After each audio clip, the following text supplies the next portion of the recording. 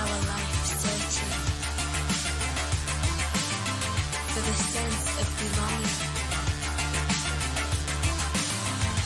Some people die before they fulfill their desires. Such a waste of existence.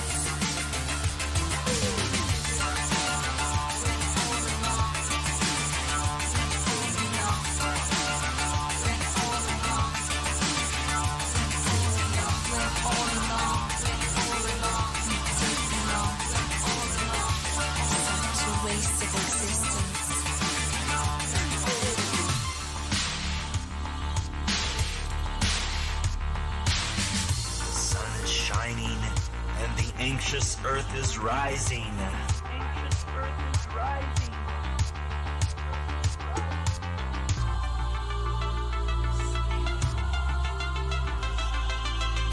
I'm so happy.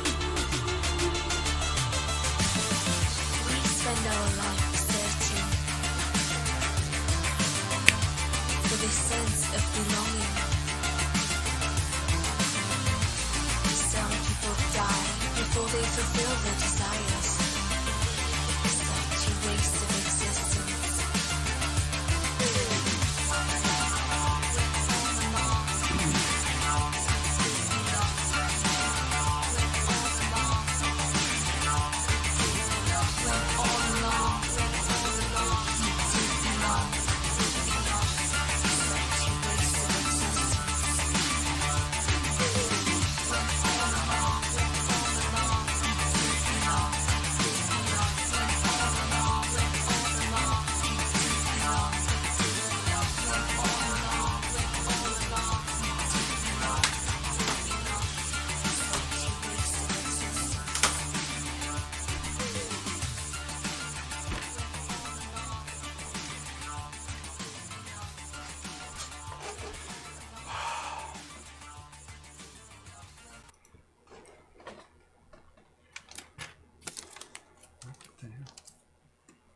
Oh, hey, this is Double Tribble Channel.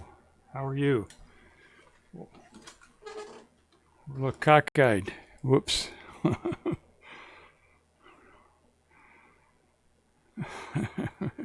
Cockeyed today. All right, so this is the Double Tribble Channel. My name is Ron. I live in New Hampshire. I've got a microphone in front of my face. That's okay, I can move it. And I live in rural New Hampshire, and I'm surrounded by a bunch of forests, and there are wild animals and stuff like that. We're going to talk about wild animals today. We're going to talk about a lot of stuff. We're going to talk about HotKeys and foxes and if I have time, Einstein. So we'll see. We'll see if I right before the stream I started to. The Sandman was saying, "Hey, I'm over here. You know, let's get some sleep." But no, I'm going to do the stream. I haven't streamed in 5 days, so I want to get out here and do another stream. So Sandman can wait, maybe. We'll see. This might be one of those. I'll have to change the category to just sleeping or whatever. I'm only sleeping, or you know. Yeah, on Twitch they have a category called. What is it? I'm only sleeping or something, or I'm just sleeping or something like that. Who knows? Who knows why people do that? I don't know. They stream themselves sleeping.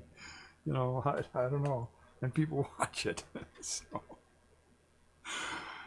Twitch, yeah, all kinds of different, quite a variety on Twitch. Yeah, I was on Chan's stream earlier. Let me give a shout out to Chan. He on his stream, he did Magic Monday today. It's Monday, right? He did Magic Monday. We're talking about, he's multi-streaming now, and so we were talking about YouTube and stuff like that. And if you've been following the channel, you know that I had a big beef with them. I was streaming over there, and they actually cut off my stream right in the middle of the stream because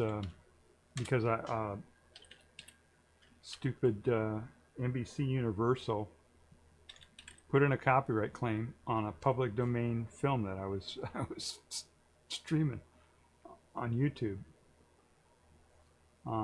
So that's no good. I didn't like that.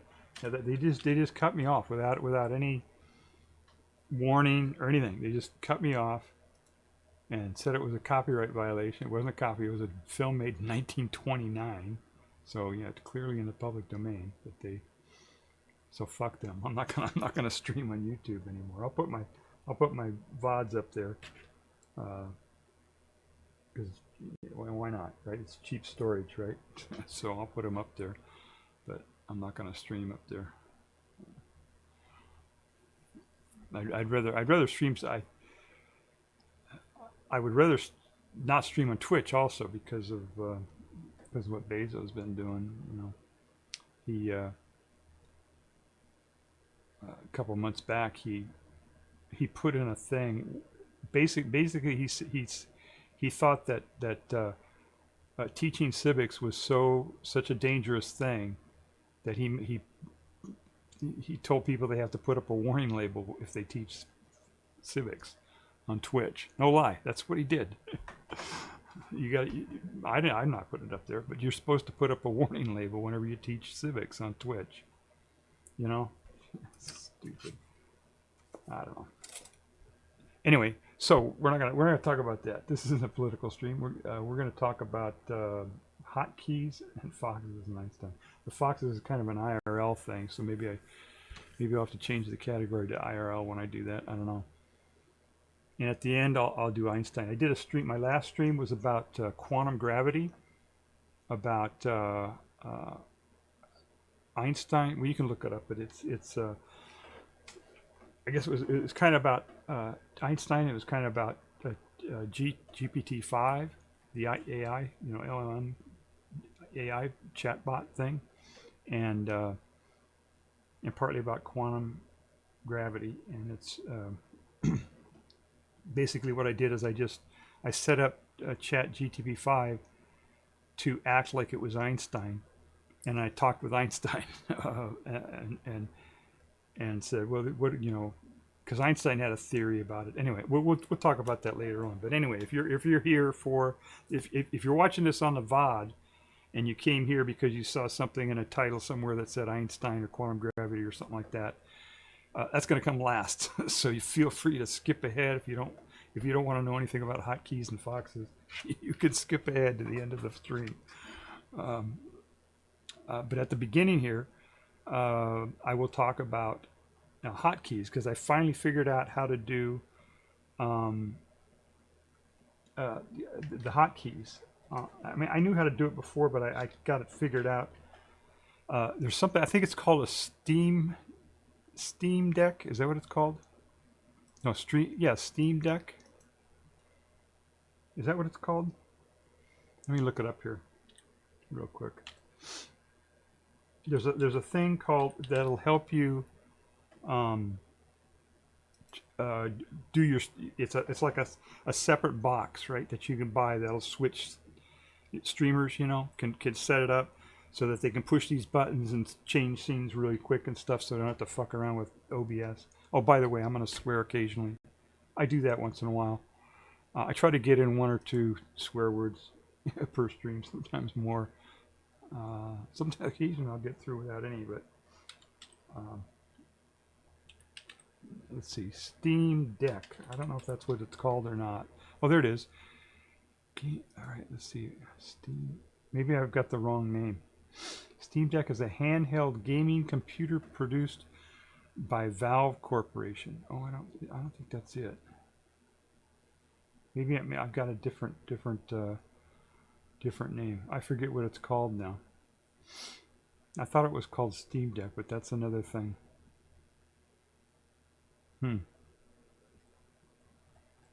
Well, I know what we can ask ChatGPT. Let's do that. Want to do that? See this ChatGPT or any of them, right? Are seem to me that they're, for certain types of searches, they're so much better. So let me see if I can. I'm going to test my thing here. Did that do it? Stream title? No, that's not it. I'm going to try something here. I got a new. Oh, I already got the window open. Sorry. All right, what I'm going to do is I'm going to put Chat GTPTD up there, and you can. There it is. All right, so we'll ask it what that thing is that I'm trying to remember. What is the device that streamers use to easily switch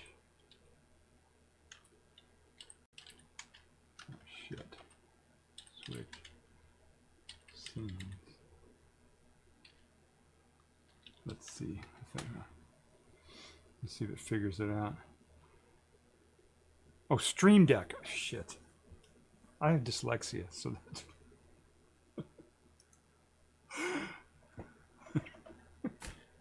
and sometimes it gets the dyslexia covers the whole path, all with cognitive, all the way through the audio and everything. Okay, Stream Deck. That's what I want. All right.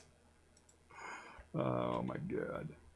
All right. Yeah, streamers usually use a Stream Deck, like an Elgato Stream Deck, to switch scenes easily. It's a small control pad with programmable buttons. Yeah, that's what I was thinking about. That can trigger actions in streaming software, like OBS, Streamlabs, blah blah blah. Right. I'm using OBS, so that's the one. Yeah.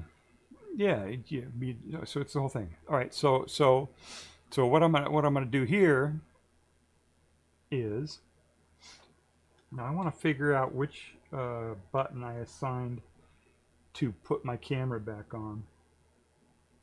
There we go. I did it. Look at that. So there I am. So what I did is I should have dusted my keyboard before doing this, but you know, on a keyboard, right? You got this big the big keyboard like this. All right, the big keyboards, right? I got a desktop big keyboard. You know, you got all these over here on this side, the number pad, right? I never use that. Maybe some people do. I always use these numbers up on top. Don't know why. Maybe I got used to doing that before they had number pads. I don't know. I've been around a long time. I don't know what, for some reason, but I don't use the number pad ever. You know, rarely. You know, anyway. So what I did is I thought, you know, and I knew there were hotkeys, right? Hotkey. A lot of programs have hotkeys, and what I thought was, oh, you know what? I forgot to turn my light on. You can still see me, can't you? Yeah, I look all right. I mean, the image looks all right. I look my age. All right. So I thought I knew about hotkeys, so I thought, oh, I can assign hotkeys to the number pad. And there was another streamer who had bought a separate numpad and somehow programmed that to be their Stream Deck, not Steam Deck, Stream Deck, to switch scenes. And so yeah, I can do that. I can do that now. Everything, it's all assigned. So if I just type, I assigned each button to do a thing all by itself. And then I also assigned so that if I push Control and I push these buttons, it'll do something else. So like this button here turns the camera off. If I push this button and I program this button to switch the scene. On OBS, you can run it as just one no preview. Everything just as soon as you do it, it goes live. That's one mode it can be in. The more professional mode is you have a preview mode, where when you switch to the scene and it shows up only to the streamers, so they see it and they can look at it and make sure it's okay. And then they do a thing called transition. where it's either a cut or a fade or whatever to from what you're doing to what your preview is. You understand what I'm saying? Yeah, you understand. If you're a streamer, you understand what I'm saying. So what I did is I programmed like this dot here. They call it decimal. If I push that one, it shuts off my camera. So I just pushed that, and it shut off my camera now on my preview. But it's not. I'm still going out live, right? Because I haven't transitioned it yet. So I shut off my camera. What do we got here? Something. Oh. Somebody, thank you for the something. I'm sorry, I can't tell what it is. Let's see. Oh, it's a raid. Oh my God, I got a raid. E-room, thank you for the raid. Oh my goodness. Okay, we got. I got to go back here. All right, let me. Welcome raiders. My name is Ron. This is the Double Triple channel. I'm in New Hampshire. I think most of you probably already know me because I hang out on E-rooms and Chan's, everybody's stream. We're all kind of hanging out together. But thank you for this. Thank you for the raid, E-room. Thanks a lot. I was in there playing for a while, but I started getting tired, and I thought, oh, I better get out streaming before I fall asleep. So, thank you so much. Yeah, give E-room a follow. I'm gonna give you a shout out here. But I guess it's for the people on the VODs because there was nobody watching my stream before you came. So for if you're watching this on the VOD, get over to Twitch and follow E-room. So I'm doing and right now this is a 3-part stream. The first part is I call HotKeys. It's a tutorial for streamers. And what I did is I took and I programmed my keypad here to be a Stream Deck, which I just learned is called the Stream Deck and not called a Steam Deck. Steam Deck is something else. So I programmed these keys to all do stuff. So when I push this one here, this dot here, I got it set up. So all I have to do is push this dot here, which I don't normally use the keypad. I use these buttons up here. And so when I push this thing here, it'll turn on my camera on and off each time I push it. But I have OBS set up so it's like has preview mode. So I shut this off. It shuts off my camera on my preview, and then I push this button here, and it'll transition. And there you go. See, it shut it off. It transitioned to whatever I happen to have up on the desktop at the time. So that's kind of cool. And so if I hit the button again and hit this one, that would make it so much easier because the way I've been doing it up until now for the past year or whatever, I've been having to go over to OBS and look over here with my mouse and scroll through a bunch of menus and so this should be a lot easier once I get used to doing it this way. And I think what I'm going to do is take a little. And I have all kinds of things programmed in here too. Like if I push, let's see what one does. I forget what they are. The country's going to have to learn critical thinking. All right. So that's one. And I got another one. I got a whole bunch of them here. Let's see if I can find one that's kind of funny. I don't know. The diameter of the pyramids in inches is 660 times the square root of my little finger. And again, you don't have to take my word for it. You have to take my word for it. It's all in the published literature. A little bit. Okay, it's a work in progress, I guess. We're still. It works great when I'm not streaming. All right. Let's see. Oh, this one should work. Number 9, number 9, number 9, number 9, number 9, number 9, number 9, number 9. That one just goes on and on and on and on. Number 9, number. So, did that stop it? Yeah. Okay. That was Can you guess which number I had to push to make that one go? Yeah. So I tried to do them kind of mnemonic wise. You know, but I'm going to end up, I think what I'm going to end up doing is taking little labels, you know, labels and stick them on top of here so that I can remember, you know, which each one does. Let me try another one here just for fun. Oh yeah, this one's good. This one doesn't have any sound, so this will work. It won't skip so much. And that goes on and on and on forever in a loop. That's from an old silent film. Sci-fi. Let's see here. Let me do another one. 8. Let's see what 8 does. I don't remember what any of these do. Okay, that's a good idea. Let's try something different. Right.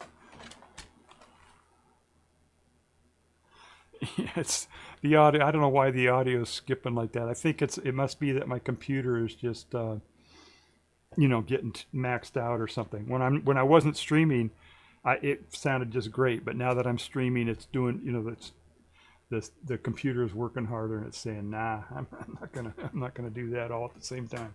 So let me bring up what it looks like on OBS. This is supposed to be a tutorial, right? I'm supposed to be doing this as a tutorial. There are a lot of streamers out there, aren't there? If you're streaming, go ahead and shout yourself out, because you know, let's see what we got here. We got, reply to a mug. Okay, let's see. Oh, a hug. Okay, let me give Big Ducky Snow a hug. Let's see. Yeah, I may have missed some stuff here in chat as I was blabbering there. E-Room, Big Ducky Snow, Memloss, they're plain choppy. Yeah, I'm going to have to work on that, I guess. Let's see. The number 9 probably played all right, because that wasn't playing a video at the same time, you know. Let's see, Big Ducky Snow. Okay, I think I'm caught up on chat. I'll take a hug over bread any day. All right, let me bring up some snapshots that I made, and this is going to take a second for me because this one I don't have automated yet.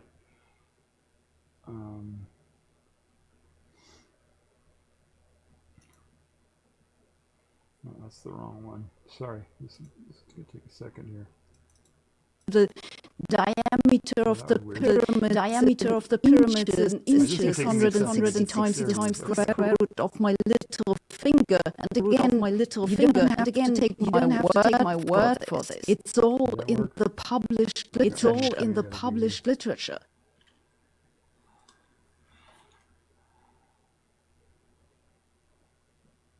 Okay, that was probably super confusing for everybody. I knew what was going on, but it was pretty. Let me read chat here. Let's see. Big Ducky Snow gave a hug to Memloss. Yeah, it only happened on the videos. Okay, good. Yeah, all right. That'll help me troubleshoot it. Oh, it's playing the audio twice. Oh, like an echo? Memloss, was that like an echo twice, or was it playing? Did it just play the thing once and then again played it again? Oh, maybe it triggered twice. Okay, right. Yeah, that could have been. I didn't even intend to do that. I must have clicked something by mistake. So I'm gonna have to. I may have to like some of the keys. Like especially like the control or alt or whatever. Sometimes a program that you're running also has that hotkey just incidentally that's already assigned to it, and so I'm going to have to learn here as I go along. Sometimes when I pull something up, it might trigger something on another program somewhere. So this should be interesting. But can you see this now? Yeah, this right here is a snapshot of what it looks like when you go in OBS, right? It's a tutorial for streamers. So you go to OBS, you click Settings, and then there's right on the main menu on Settings, there's one that says Hotkeys. You click on Hotkeys, and it will bring up this long list of anything that you've ever assigned as a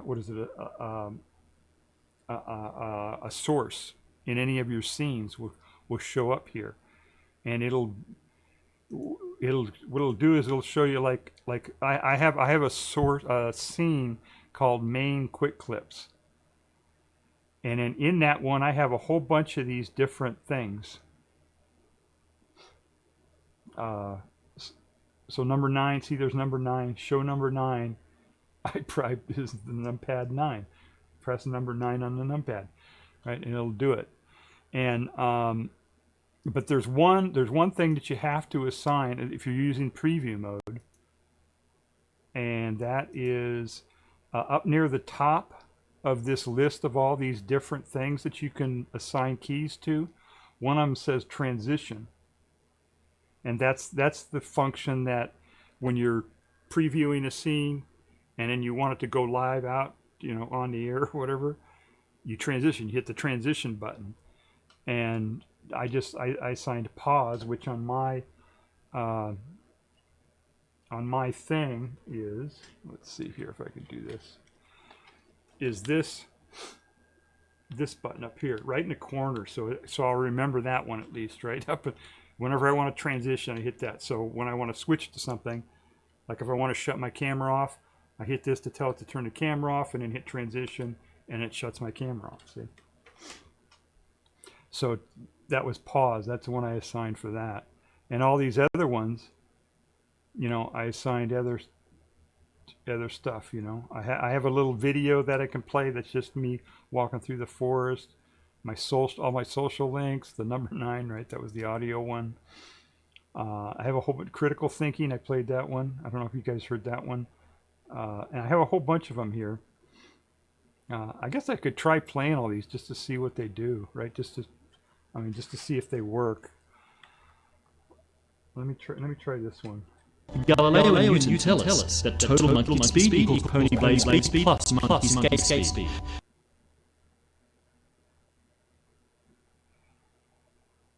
Oh, that's weird. That came out twice for some reason. There was a little bit of an echo in there.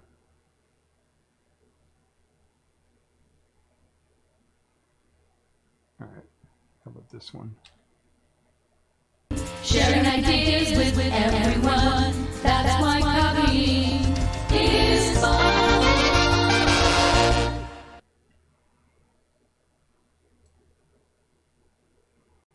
God, that was kind of loud, wasn't it? Shit, sorry about that. I don't know why that one came out so loud. All right, let's try number 4. Number 4 is supposed to be. This is number 4. I stream a lot of science sometimes, so I put some sciencey things in here. Completely unscientific, absolutely absurd, violates every rule of common sense, completely contrary to the rules of logic and intelligence.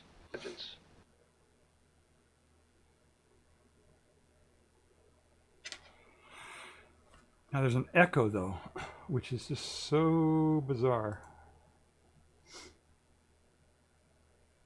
Ah, okay, I see what happened here. There's another thing on OBS, on your audio, on advanced audio properties. If you ever get an echo, go to advanced audio properties and look and see if it has a monitor set, and that could be the source of the echo. I'm using Linux, and Linux is set up so that you when you're running Linux, there's no way to do browser source, which means you got to hack a whole bunch of different stuff. And one of the things that I have to hack is occasionally on some things I have to turn on a monitor for the sound in order to get sound to go out through the thing. But if I have it on everything or have it on stuff that it shouldn't be on, then it messes up. So let me try this one again. See if that echoes again. Did that work? No. Galileo and Newton tell us that total monkey speed equals pony blade speed plus monkey skate speed.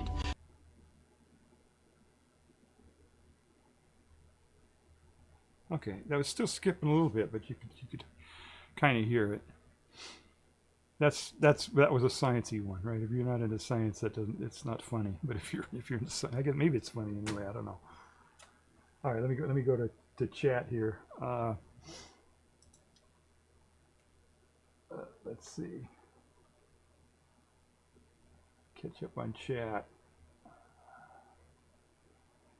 Let me try ads. Oh, ads. Oh, shit. I forgot about ads.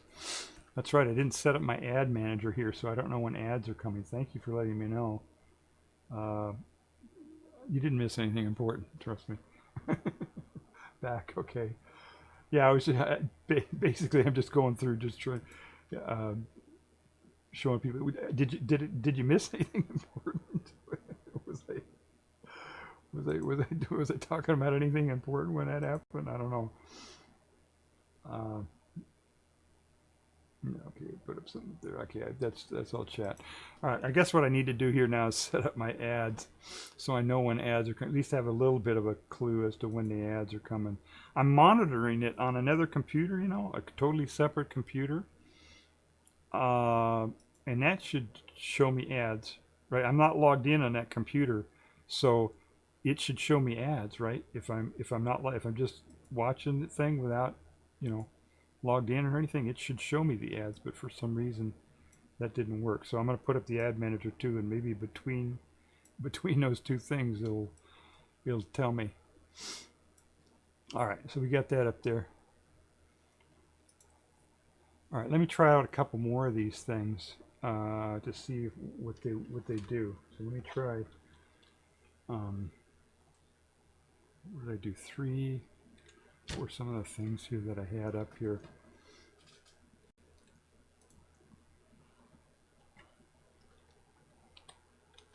All right, so these are some of the things that I assigned here. Oh, do not come. Oh, that's a good Control numpad 3. Okay, I'll show you what that is. I set up all these things so that they all do different stuff. Bring up different things. But I also set them up so if I push Control and then push them, it'll do something. So what did I say? Control 3 does something.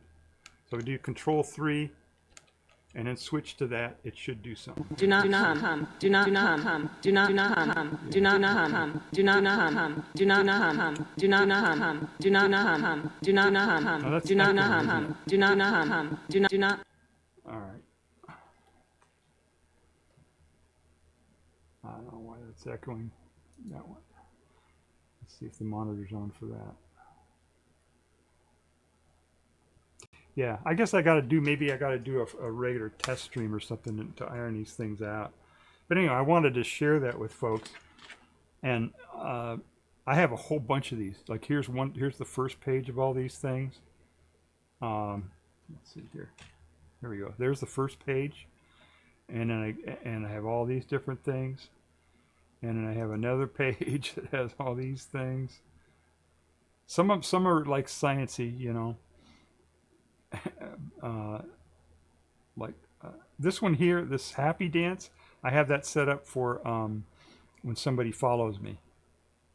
It automatically comes up and does the thing. Oh, that was another thing I set up. Yeah, I didn't have alerts. It took me so long.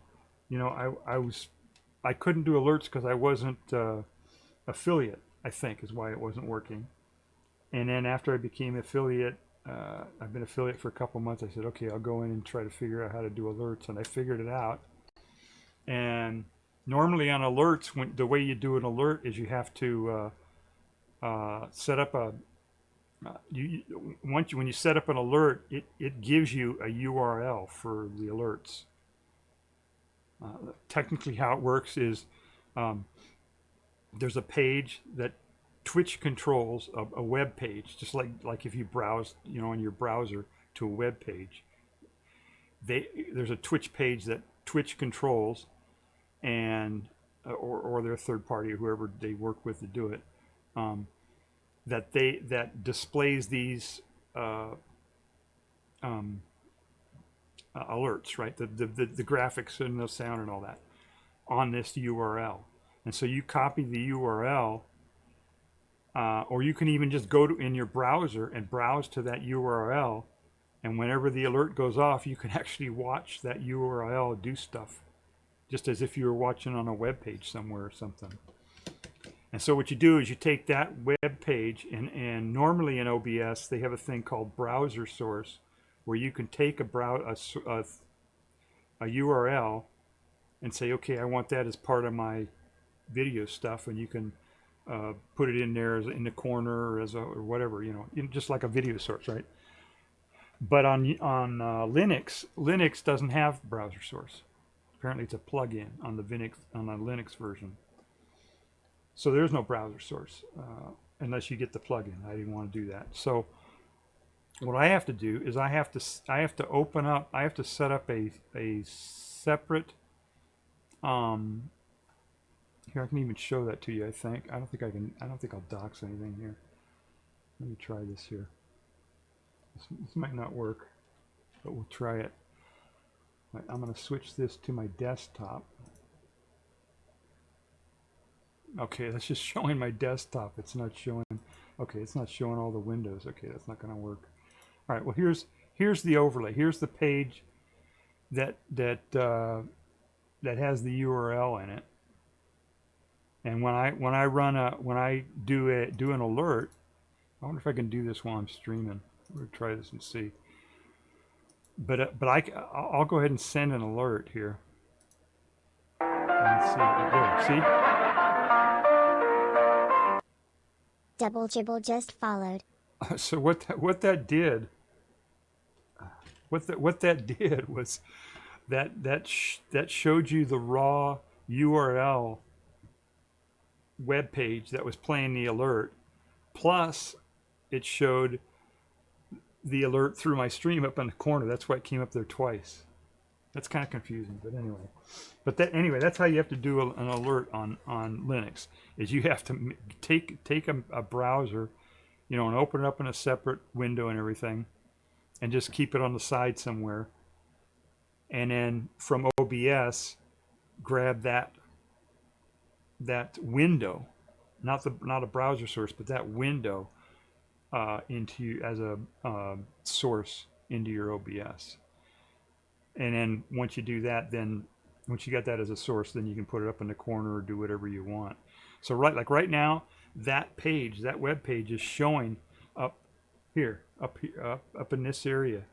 It's there right now. That web page is showing, but there's a transparent part of it, which is really a bitch to work out. So that might be a challenge for folks. But it's showing right now all the time as I'm going right now. I have that turned on, and the only time anything will show up is when I actually send the alert, or somebody follows me, or whatever, like when the raid came in or whatever. Double-tribble just followed. Now did most of you have to figure that out? I got to go back to Twitch to chat here and see if I got anybody.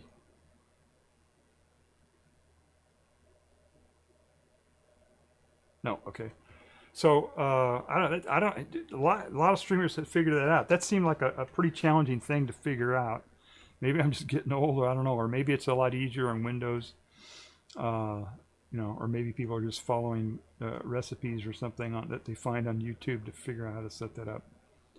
But it seemed kind of hard for me to figure that all out. But anyway, so I just wanted to share that with folks because it was kind of a it's like a free stream deck, so it's kind of cool. All right, so that's how to do that. Any questions?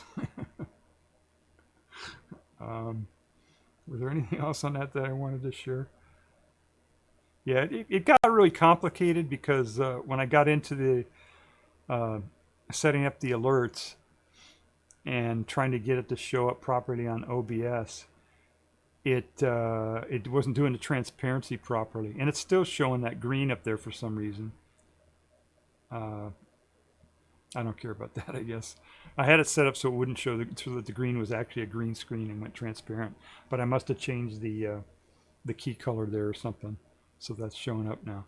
But I had to go in on alerts on Twitch, on their alerts, and set up custom HTML because it wouldn't. No, it's kind of hard to explain. I guess I can show you, right? Let's see here. Overlay, manager, studio, Twitch. There we go. Over here on alerts. See, I've got an alert box set up over here. I say edit alerts. Now they have browser source. They don't show that there. I think I just doxed myself with that browser source. If I did, I guess I'll have to set up another one. I don't see how that can be a problem with somebody knowing what that URL is. But anyway, so there's my follow alert. And if I wanted, for making changes to it here, I had to come over here. Oh, that's why it's not working. I don't have custom view. I had to set up a custom HTML here. And then I had to go in here and edit all of this stuff in here, the CSS and all this stuff. Let me send that out again, see if that works now. Oh, save my changes. Okay. It's still got that working. I don't have to mess around Just with that, followed. I guess. Anyway, it just seemed like it was kind of a challenging thing to set up. It took me quite a while to figure it out, and I had to use custom, HTML and all that to get it to work, and CSS. Did it put that in line in there? Oh, okay. I'm just looking at this code here, and it's not up to date. It doesn't have the code I had in there before. All right, I'll have to do. I'll troubleshoot that offline. But anyway, it was quite a bit of work to get it going. I don't understand how streamers got it going. Maybe it's just that streamers are really good at computer stuff. Oh, ad. Sorry. Ad. All right.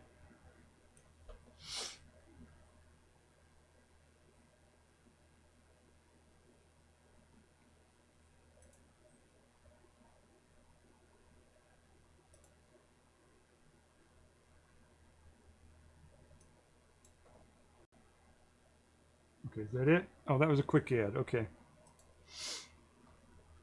All right. Yeah, I didn't catch that one before it went out. All right, it says next ad, 15 minutes and 30 seconds, so we'll see. Anyway, yeah, I guess streamers just are really computer savvy or something, because they're able to figure that out, a lot of them. Or maybe there's some like turnkey setups or something that people use on Windows or something. I'm not really sure. Let's see. Oh yeah, on chat here we've got. Let me go back to chat. I had my chat went away when I was putting that alerts up there. Playing audio twice. Memlaw says, so I could put your alerts on my stream. Oh, I see. Yeah, I don't. Yeah, you could. Yeah, you could go to that URL that I flashed up there. Yeah, no ad here. Oh, good. You didn't get an ad. I got a little short ad, 30 seconds, 15-second order. Yeah, you could. I guess you could go to that URL, and if you wanted, you could put my alerts on your stream. I don't see how that's a security problem. I don't know.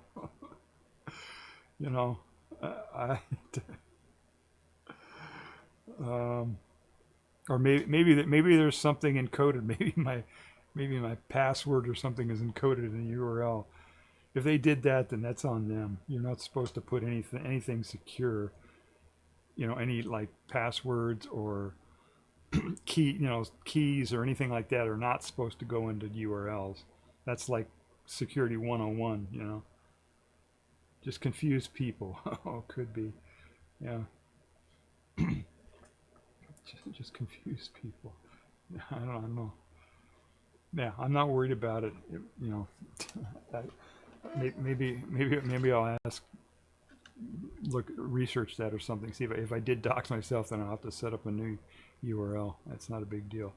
So anyway, I just thought that was really cool to set up these push buttons, and that was my story about my alerts and all that. So at some point, I was gonna actually do, you know, get stickers and on stream, you know, write the little things and stick them on there right on the stream, you know, do one of these things, you know, where you go, here, look at my keyboard and I'm doing this, but that would just take up a lot of time. I mean it seems to, like when I air check my streams, it seems like it's kind of a slow pace already anyway, because I'm an old guy and I move slow and stuff. So I didn't want to do that, you know, just to fill up time. You know what I mean? I see a lot of streamers do that. You know, they just kind of drag it out and just make their streams really long. All right, let's go to the second part of my stream here, which is IRL. This is probably more fun for folks, especially folks who are not streamers. So let me change the title of my stream, and I think I can do that here. Can I do that here? Title. Oh no, wait. I got to change the category. That's what I got to change.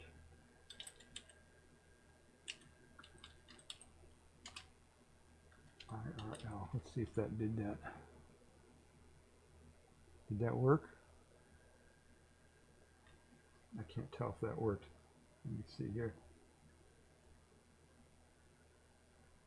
No, it still says just chatting. Slash.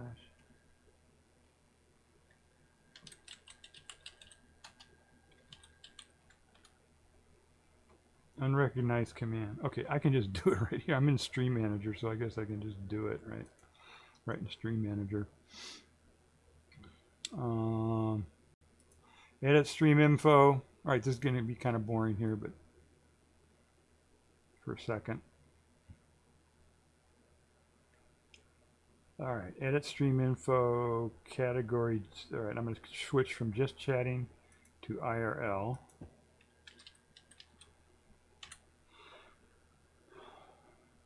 Yeah, if you're watching this on the VOD and you're looking for Einstein, he's coming later on. So you need to skip ahead on the VOD. All right, done. Let's see. That should have done it now. That should have done it. All right, might be delayed a second. There it goes. Oh, it went away. Wow, it completely got rid of my category altogether. Oh shit, that won't work. Why didn't that work? Let me try harder. No, I had to click something that I didn't click. Okay, click before. Okay, there we go. All right, so now we're going to do IRL. So this will be more fun for folks. What I did is, I got to give you a little bit of backstory here, a little bit of setup here.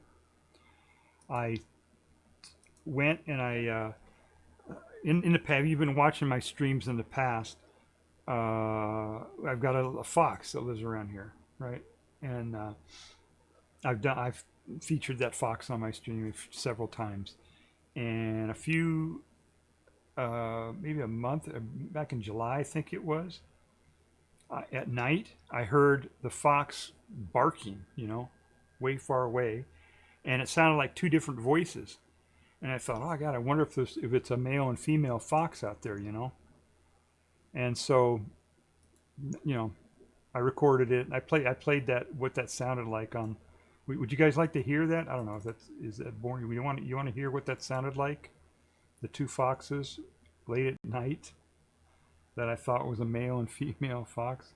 Let's see. I know I've changed title while live in the past, but I couldn't find it the other day. Oh yeah, it's kind of complicated, some of it. Sure. Okay. All right. Let me find the foxes here. I gotta find the video here of the foxes. Let's see. Here it is. Okay. All right, so I'm playing that. Okay, it's just audio anyway, because that's with nighttime. So let me see if that's...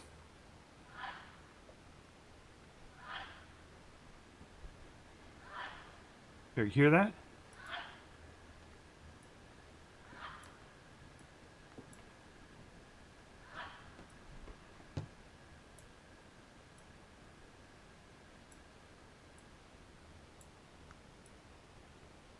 Now that was about 50 yards or 75 yards away, something like that.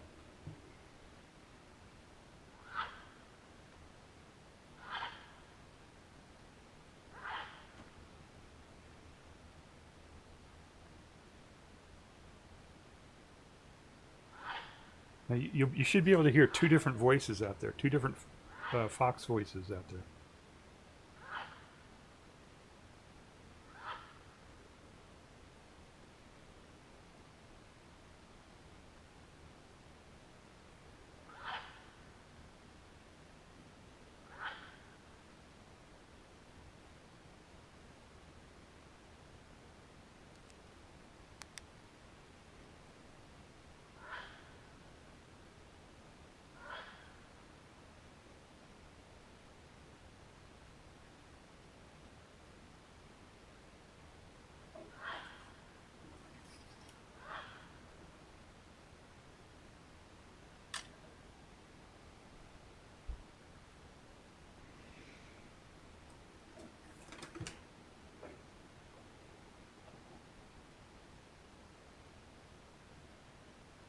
There's about another 30 seconds or so here.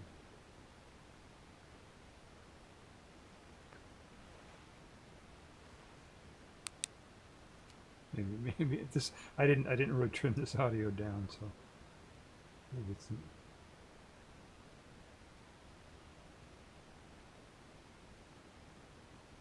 all right. About 15 more seconds on this clip here. All right, I guess they don't want any out there anymore.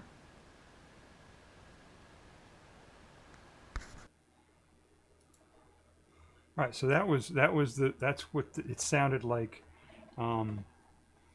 back in July 1st, and I heard two voices out there, the foxes, and I thought maybe that they were out there mating or something, or oh, okay, here's another one. Oh, that's a big long one though. Let's see here, and then I had them at night. The fox came around. This was a little bit later. Let's see if I can find that video. Here we go. Okay, this is an actual video. So let me see if I can bring that up here. This will take a second here to get. Oh, I think I just need to do that. That's what I said. No. That's what I said. That's what I said. That's what I said. That's what I said. That's what I said. Oh, that's what I said. That's what I said. That's what I said. That's what I said. Sorry about That's that. what I said. That's what I said. That's what I said. That's what I said. That's what I said. That's what I said. That's what I said. That's what I said. Sorry about that. I told you every once in a while. These keys that I've set up, will do some more control on some of their program, and there I just ran into one. My video, something in my video doesn't, has the same thing as one of these other things. So that's kind of funny. All right, let me see if I can switch over to this thing here. Let's see. Let's see. I gotta do this, I think. There's a bug in it, that bugging. Ah, shoot. Okay. That. There we go. All right. All right, so this is the setup on this one. This one is, what's the date on this one? I don't know. This was more recently than the last one, okay? Oh, July 11th. I don't. So that seems like that's pretty close to the same time that those two were out there. So maybe they weren't actually reproducing or whatever. Anyway, this fox was acting so weird. This is on my back porch with a flashlight, and I heard the fox out there barking, and I put the flashlight on it, and you can hear it here. And it started growling at me. Listen.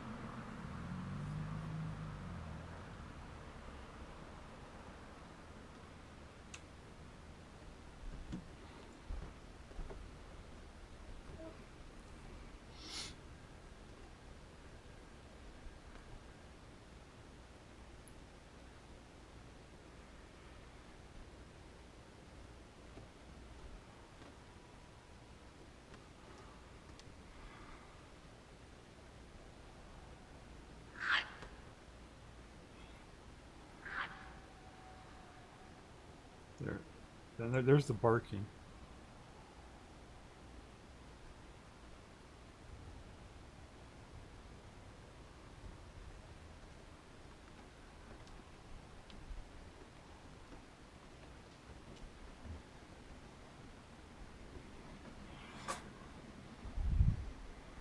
It's like Blair Witch Project or something here.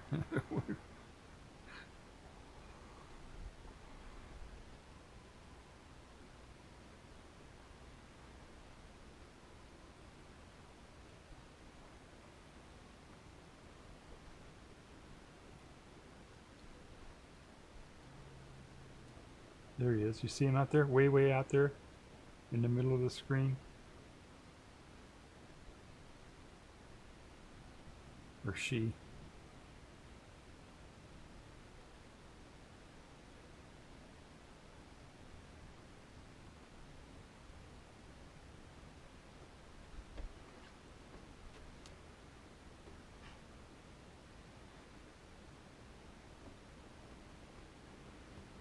There she is, right there. See her? She didn't like that flashlight.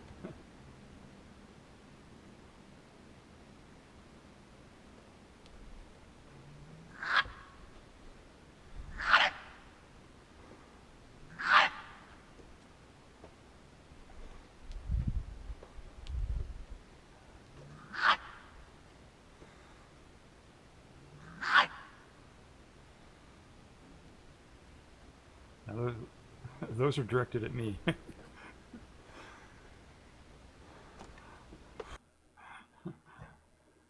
So, all right. So that was a little bit later after those other ones that I heard, and that behavior was pretty aggressive for a fox. You know, normally they run away, and I thought maybe, well, you know, it's just nighttime and it was hungry and it just, you know, and it was.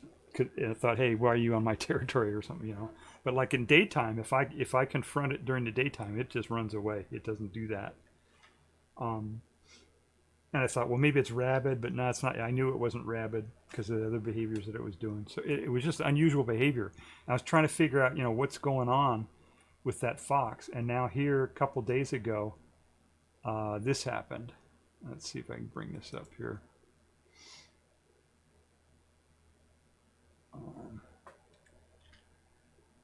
Did that work?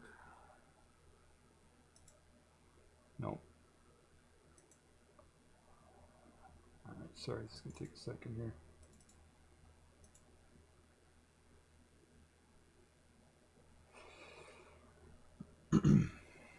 All right, sorry, this is going to take a second. Oh, we got ads starting soon anyway. All right. Well, while this ad runs, I'll try to get my shit together here and try to get this video playing. This one's daytime video, so it's a lot cooler. It's a lot more, you know, easier to watch. It's, you know, on this video coming up here, what I did is I set it up. You know, just took a camera and set it up into my backyard. There we go. Okay. So we're getting an ad here starting pretty soon. But you'll see what happens here. This is the area that I feed my Okay, the ad's going now. I don't know if you can hear me or not, but all right, we'll wait till the ad to finish up here.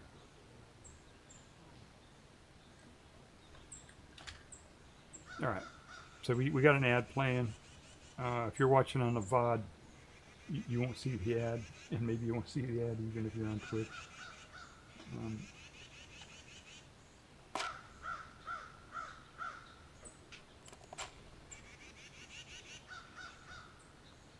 I don't know if people are getting ads or not.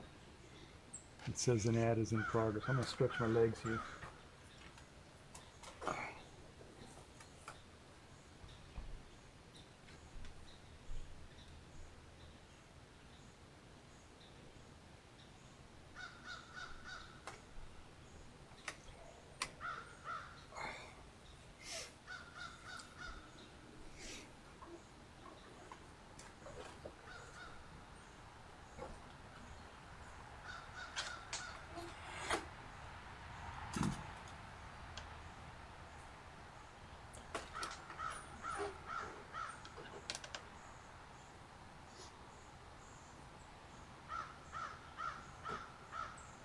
All right, you probably heard those crows. Yeah, the ads are done.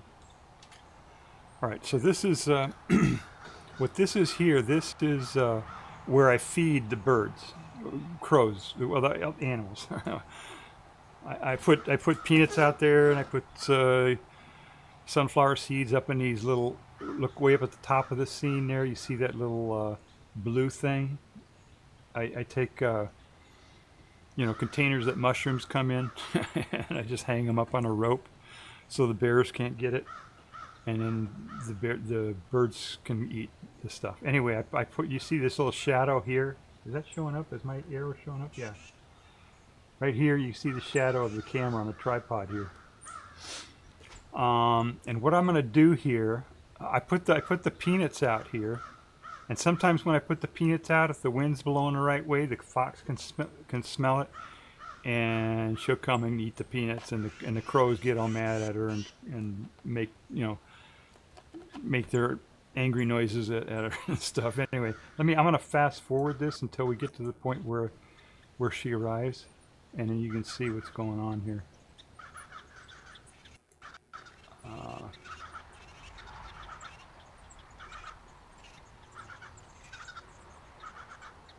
All right, yeah, not a lot going on right now. Let's see here. In fact, I think what I'll do is maybe I'll just skip ahead here. There's a little sparrow. Not too excited. Oh, there they are. Oh, you see them see in the back here? Oh, there's another sparrow. That back there, way back there, is a fox. And she'll come all the way forward here, and you'll see what's going on.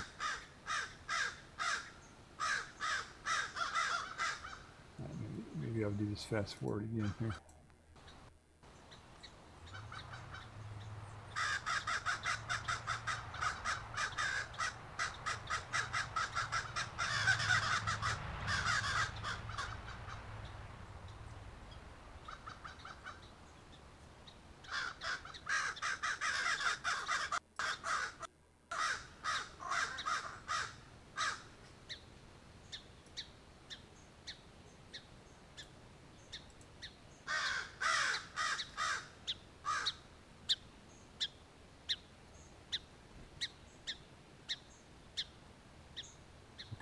I'm gonna zoom in a little bit.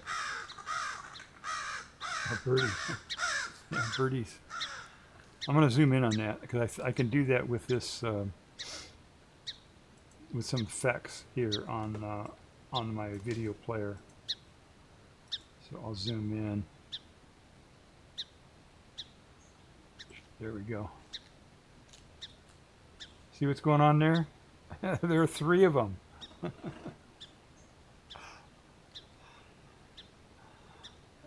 There's I think this is the mama and the 2 babies there. Did you hear him growl there? Here, let me back that up here.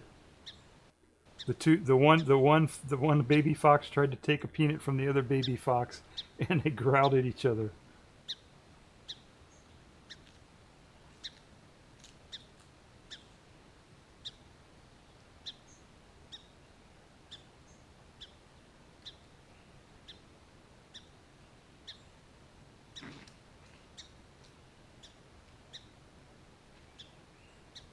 Yeah, did you hear that quick that little growl?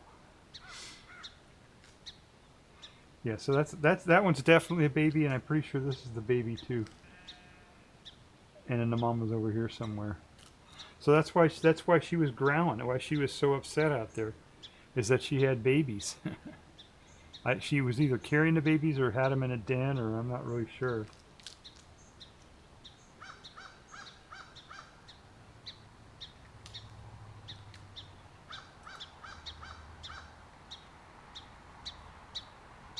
Yeah, you hit it right. Yeah, you said it there. Might be babies. There was babies.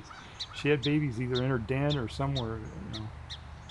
I was going to look up and see, what the gestation period is and all that to see what was, if the timing is right for what I was thinking. But yeah, that's what it was, and that's why she was upset.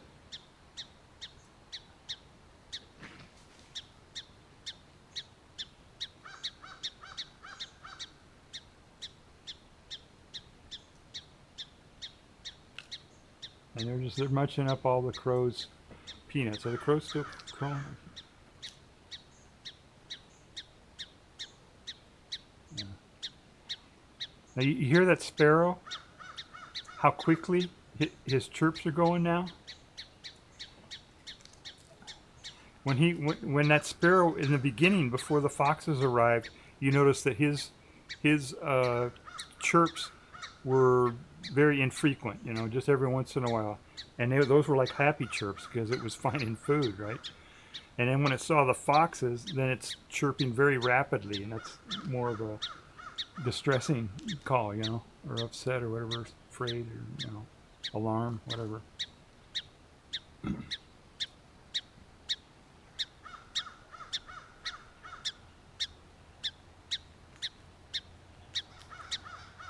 Yeah, those are the two babies. And I also saw them before, a couple nights before this. I was out there with a flashlight, and I saw the fox, but I saw three sets of eyes, and two of them were moving kind of weird. So I figured that's what it was. It was, baby foxes out there. I don't think foxes normally hang out in packs, unless they're like a family,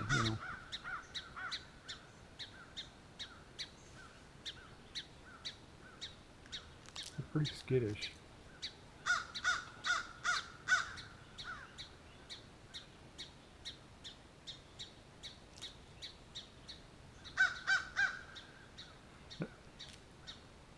Yeah, that fox call you heard? That was just a call to the other, that crow rather. That call, that was just a call to other crows. That wasn't like an angry call. That was just saying something to the other crows.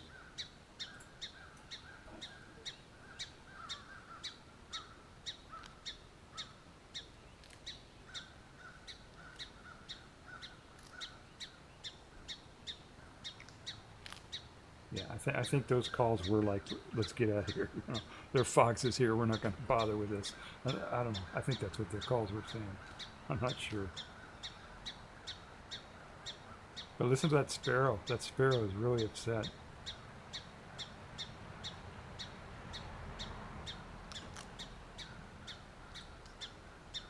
Where'd the mama go? I don't know where the mama is here.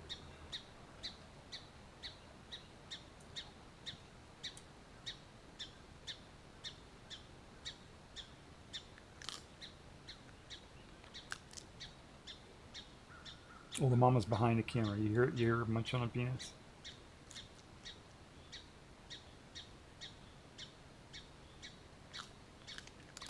Yeah, that's the mama behind the camera munching on peanuts.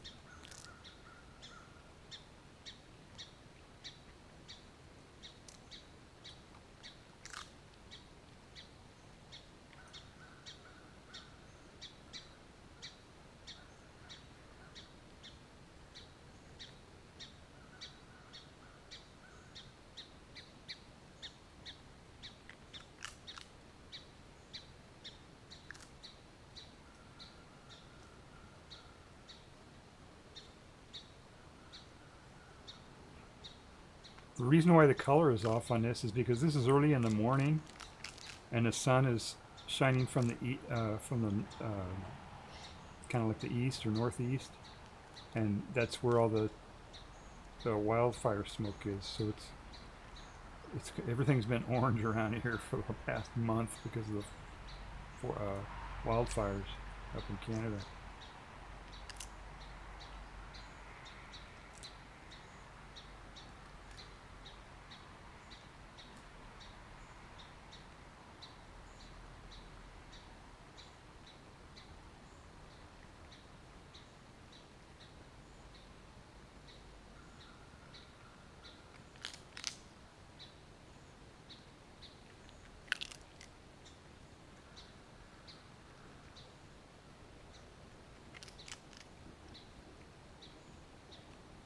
Yeah, you can see Mama's shadow there in the lower. There she is.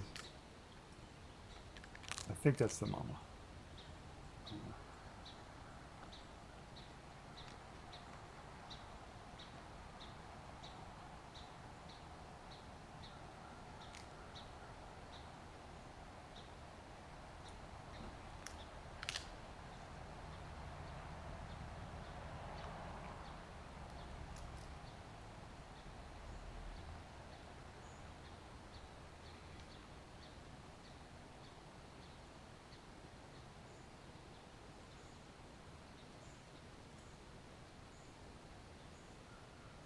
And when she looks at the camera has a little red LED that blinks on it, and whenever she sees that, it kind of spooks her.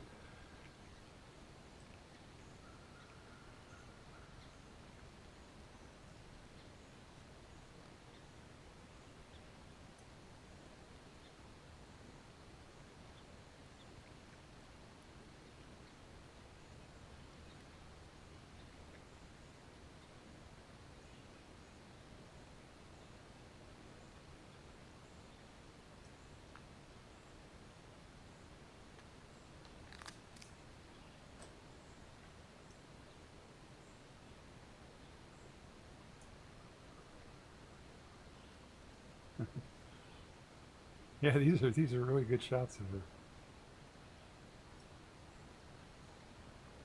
So the lighting is just right for this. A little overexposed, but pretty good. Heard how cautious she's acting now. Maybe because it's the daytime.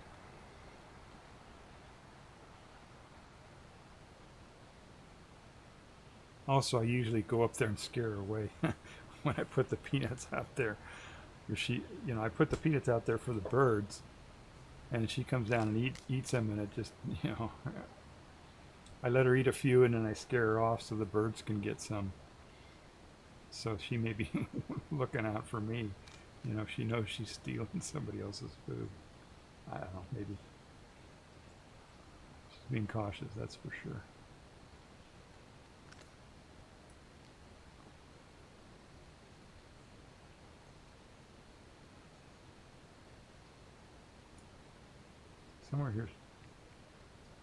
Somewhere here she gets a glimpse of the camera. There it is.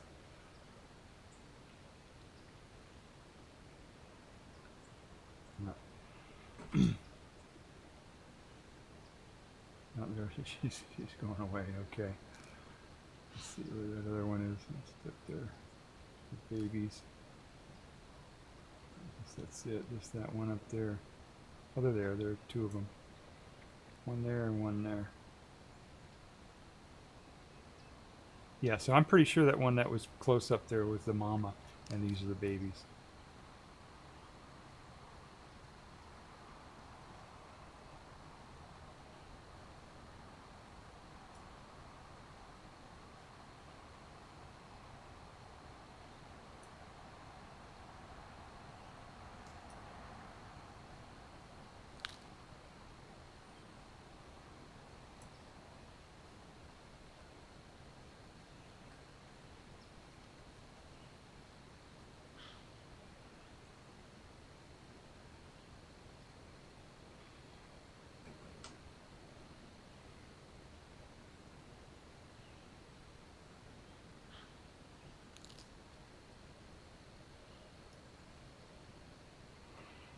And they pretty much cleaned up all of those peanuts. I don't think they left very many for the birds when they finally left.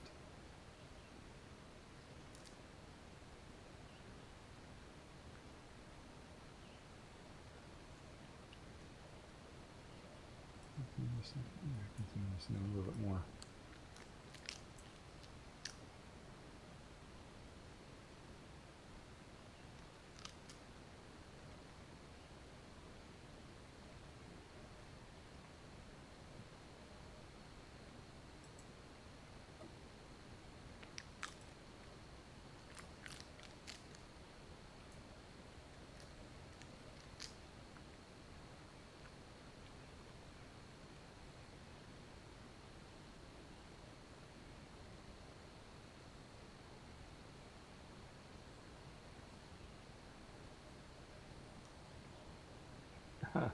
Yeah, the sparrow took off. Yeah. Yeah, that sparrow gave up, I think. He was pretty upset. He did stick around for a while though, didn't he? You would think that with like, an animal that could eat him very easily, you'd think he would fly off right away, but he stuck around just yelling at him or being upset or whatever. I didn't hear the squirrels giving an alarm call, which was kind of weird. Oh, we got an ad starting in a little bit here, so I'll pause the video during the ad.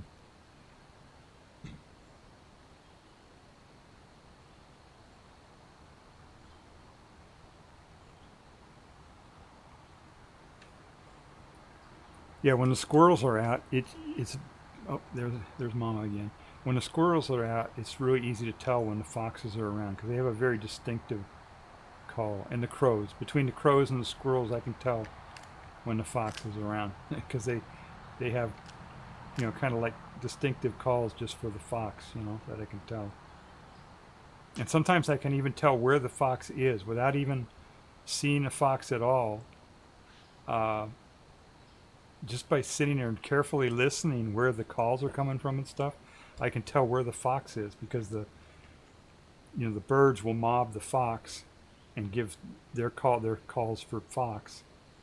Oh, ad in progress. Okay, I'll pause this for a second here. All right, I don't know if it's playing ads or not, but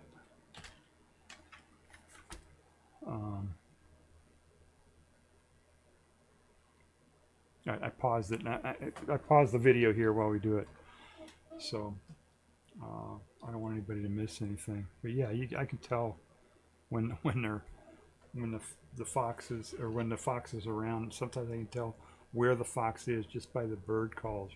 Every once in a while I'll hear the crows giving a call like way far away somewhere, a mob call, and I can tell it's the fox. Is over some other place. Because it has a pretty big territory. It's like, okay, the fox is over there right now. On that hill, across the way or whatever. So it's kind of interesting. No ad here, huh? I get less ads in the UK than the US. Oh, okay. My thing isn't showing an ad either, so I don't know what the deal is. It's kind of late, maybe. I don't know. It says I have 8 viewers, so I think that's worth playing an ad for. Sometimes when I have like no viewers or one viewer or something, they won't bother to play an ad. But all right, it says the ads are over, so I guess I'm going to switch back over here. There we go. All right, here we go. We'll play some more here. So yeah, I can. For those of you who were in the ad, I can tell where the fox is sometimes just by the alarm calls of the animals.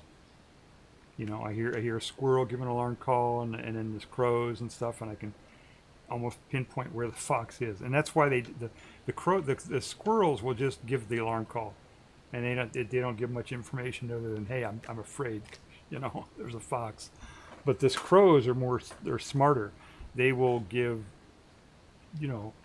calls that are like directed, hey, it's over here, that kind of a call. And they mob it, and do other things to tell the other crows exactly where the predator is. and they have different calls for different predators. You know, if it's a hawk or a raven or something like that that's flying up in the air, their alarm calls are very high pitched. You know, meaning it's a higher pitched call means it's something that's higher up in the air, and lower pitched alarm calls are for something on the ground. So you can tell, and you know, the thing that they usually do an alarm call about is the fox. That's the thing normally. So I can tell.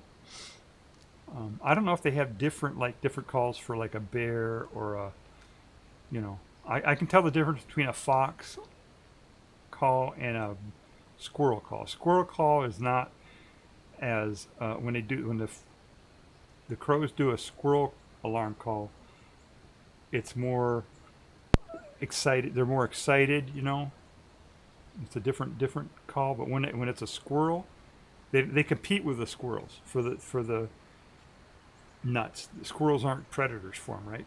But they do compete with them, so they get angry, and it's more. And when they do their calls, it's more of an angry sounding call for squirrels. But for foxes, it's more excited. It's the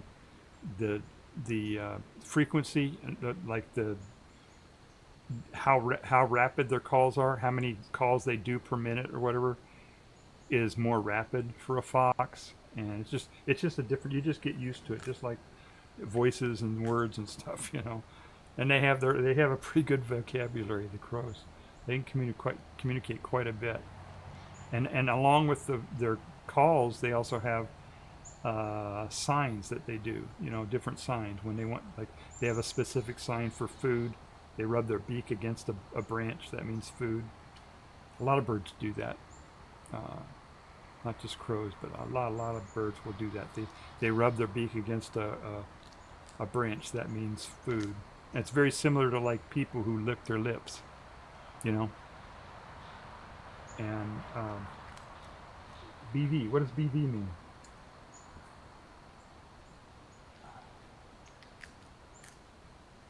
Uh-oh, I guess somebody in Erum says BV in chat. I'm not sure what BV means.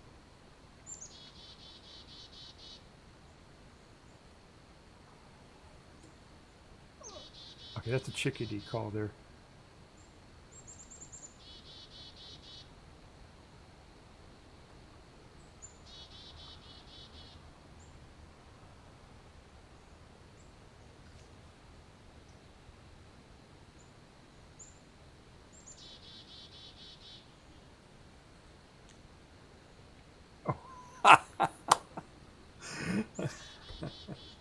Okay. Erum says in chat, he typed BV, you know. I go, what, Erum? Why did you type BV? And he says, pretty boy just walked on the keyboard and typed that. LOL, silly cat. LOL. Yeah.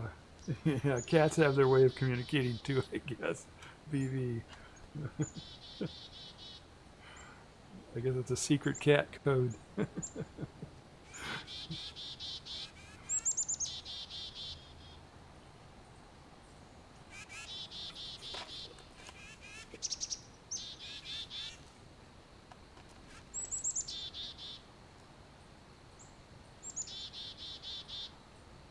Yeah, I think that chickadee call, that's kind of an angry call too.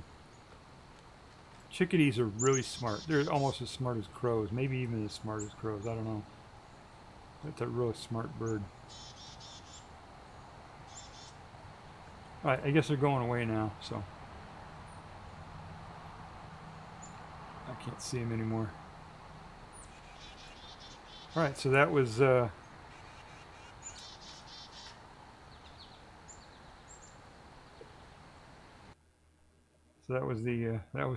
foxes. So now I know why my fox was so upset with me the other day and acting so weird and so aggressive and everything. So that's kind of cool. So that's I'll try to keep tabs on them. Maybe I'll try to get some more pictures of them or something. I haven't seen them in a couple of days. Like this morning, I put the or it was almost noon. I put the peanuts out there, and the birds didn't have any problem, with it. So the foxes must be somewhere else. And a lot of carnivores will do that. Predators, carnivores, they'll hunt out an area and then they'll go, somewhere else. And it's like every few days, or like bears. Bears, it'll be like a month or two.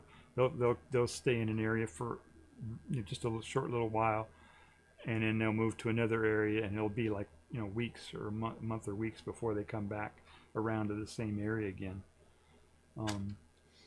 But those foxes, they hunt an area, and then they go away for maybe a day or something, and then they come back. So they have I don't know if it's a smaller territory or they just do it more frequently or what. I don't know what the deal is, but that's what I can do. I can look up. I was curious to look up like what the gestation period of those foxes are. So let me do that.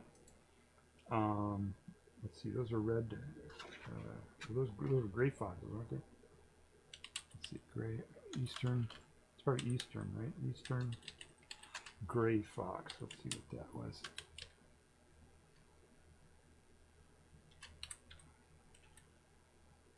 No, that's not it. Gray fox. There it is.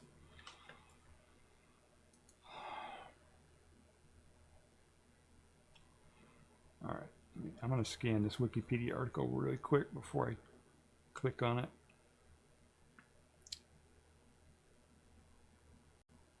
All right. Whoops.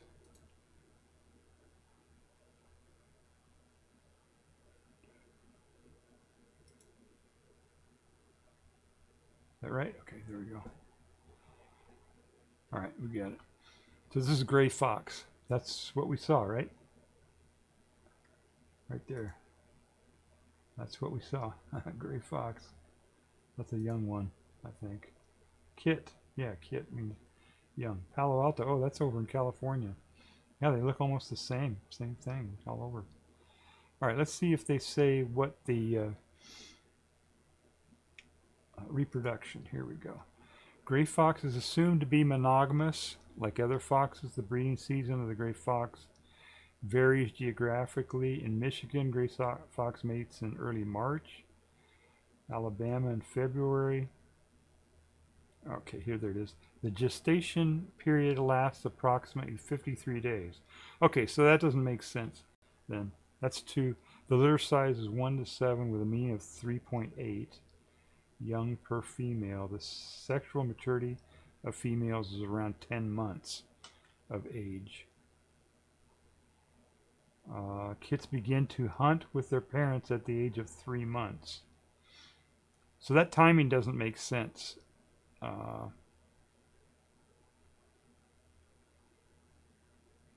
So I don't. Yeah. So that must have been that what I thought was mating calls. That would be too soon. That'd be too quick, right?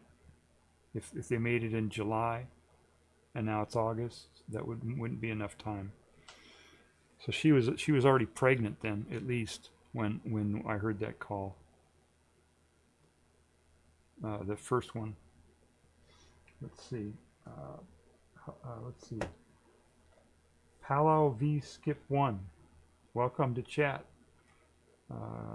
Palo says, hello. Can you see this? Hi Palo. Memloss says hi to Palo. Yeah, I can see it, Palo. Hi. Welcome to chat. We're talking about foxes right now. Part 2 of 3 parts of a stream. Let's see. By the time they are 4 months old, the kits will have developed their permanent dentation and can now easily forage on their own. 4 months.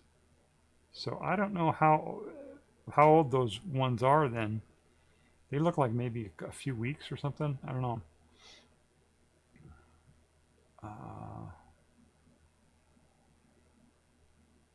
4 months old.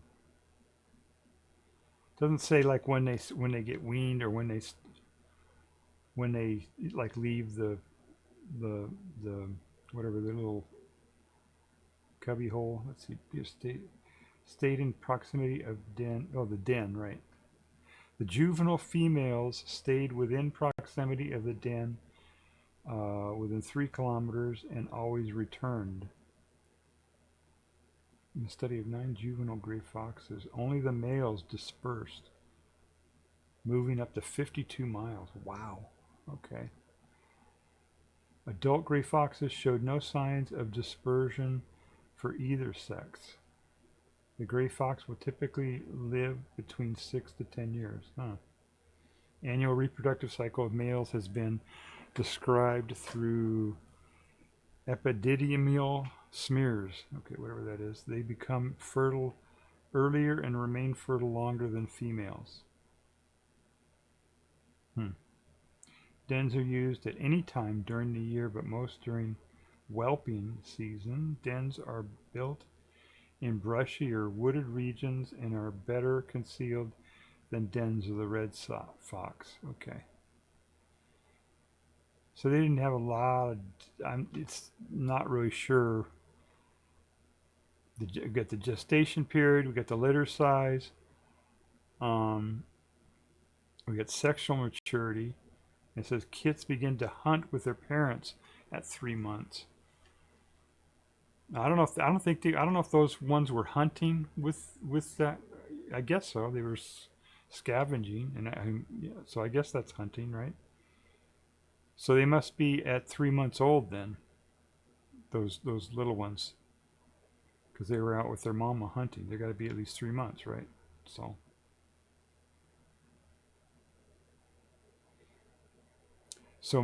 when she was growling at me, then she may have already had her babies in her den then, when she was doing those growls, which were just a couple weeks ago, 3 weeks ago or something. So that makes sense.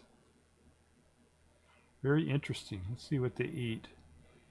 Omnivores, solitary hunter, frequently preys on eastern cottontail in the eastern U.S., though it will repeatedly catch voles, shrews, and birds. California gray fox primarily eats rodents.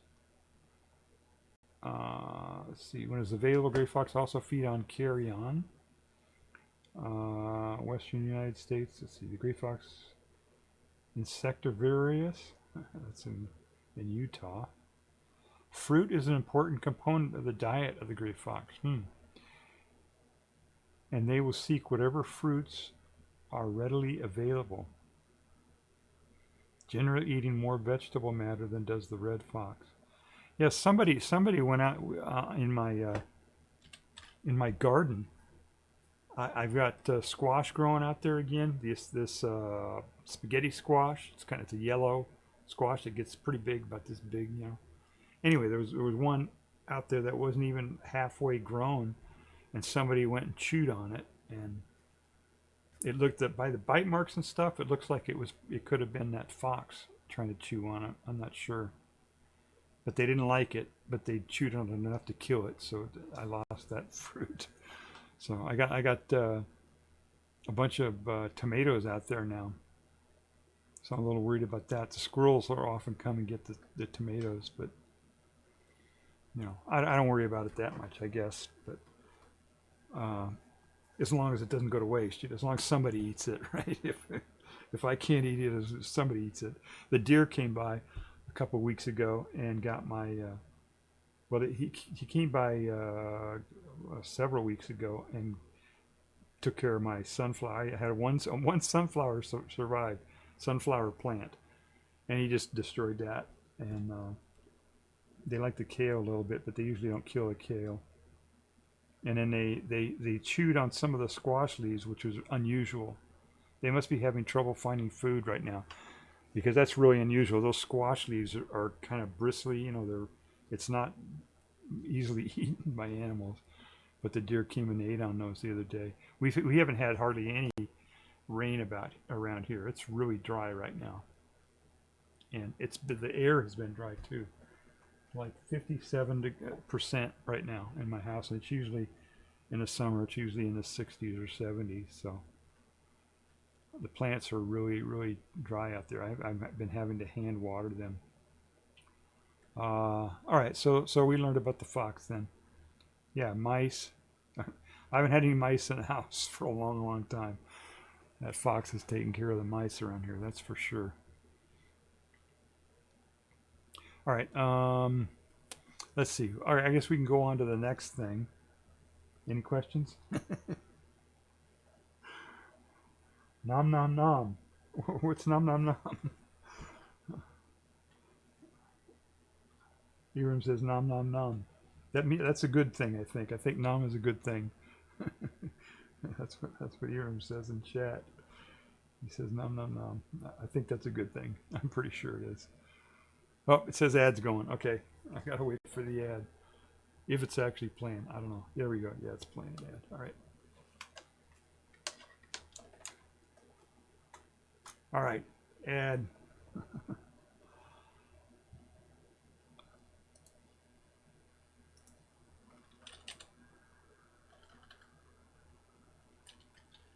Oh, that was a short ad.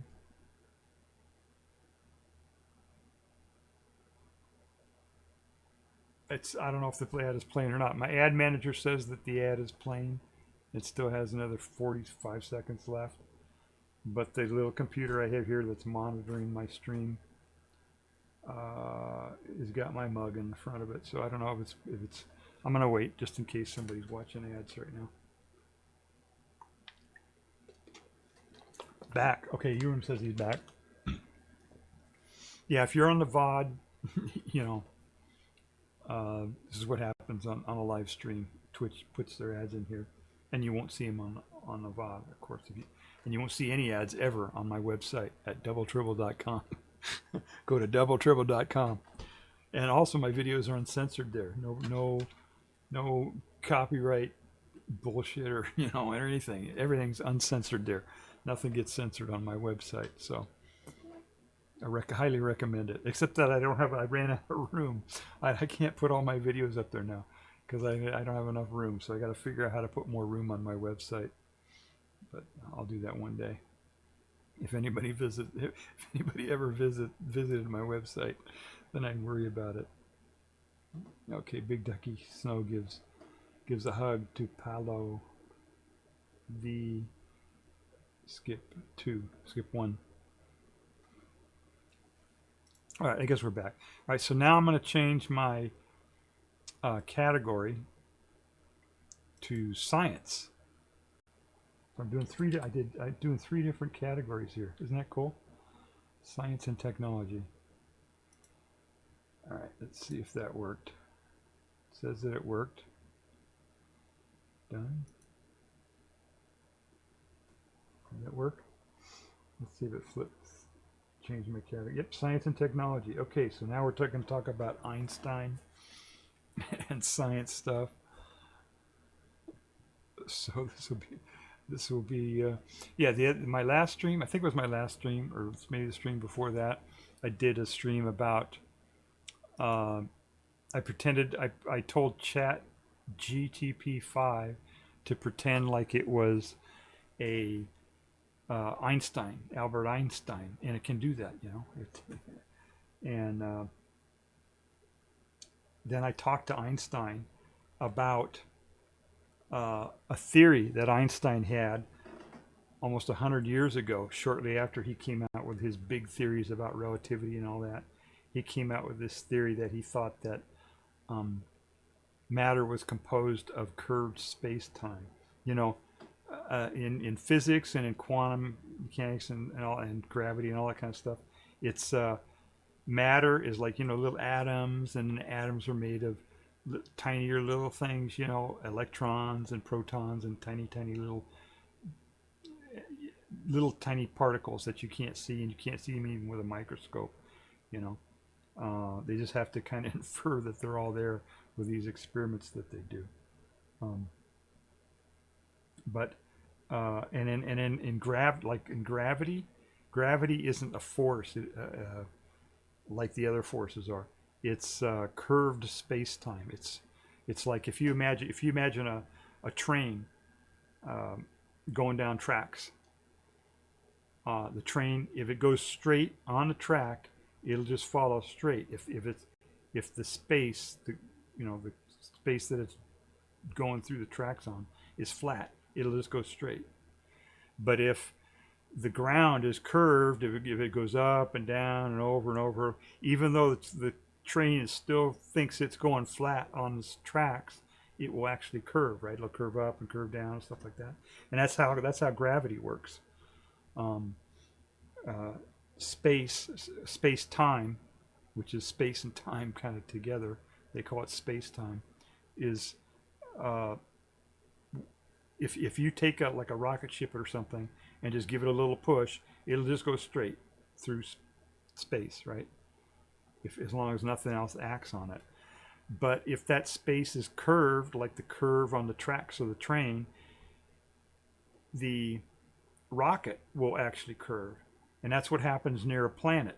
When you're near a planet, the space around the planet is curved. The space-time around the planet is curved. So if something comes, like if you got oh here, I got a planet right here. Here's a planet, okay. And here's a spaceship. Okay. So you got a planet. Oh, I'm kind of blurry there, aren't I? Why did that get blurry all of a sudden? Jesus, why did that do that? I must have autofocus on. Is that what's going on here? Shit. Sorry about that. Alright, I'm going to try to see if I can fix this really quick. Well, that didn't fix it, did it? Oh, I did have autofocus on. Okay. Well, shit, that didn't help at all, did it? God damn it. Alright, hang on just a second. I got to turn on some more lights here.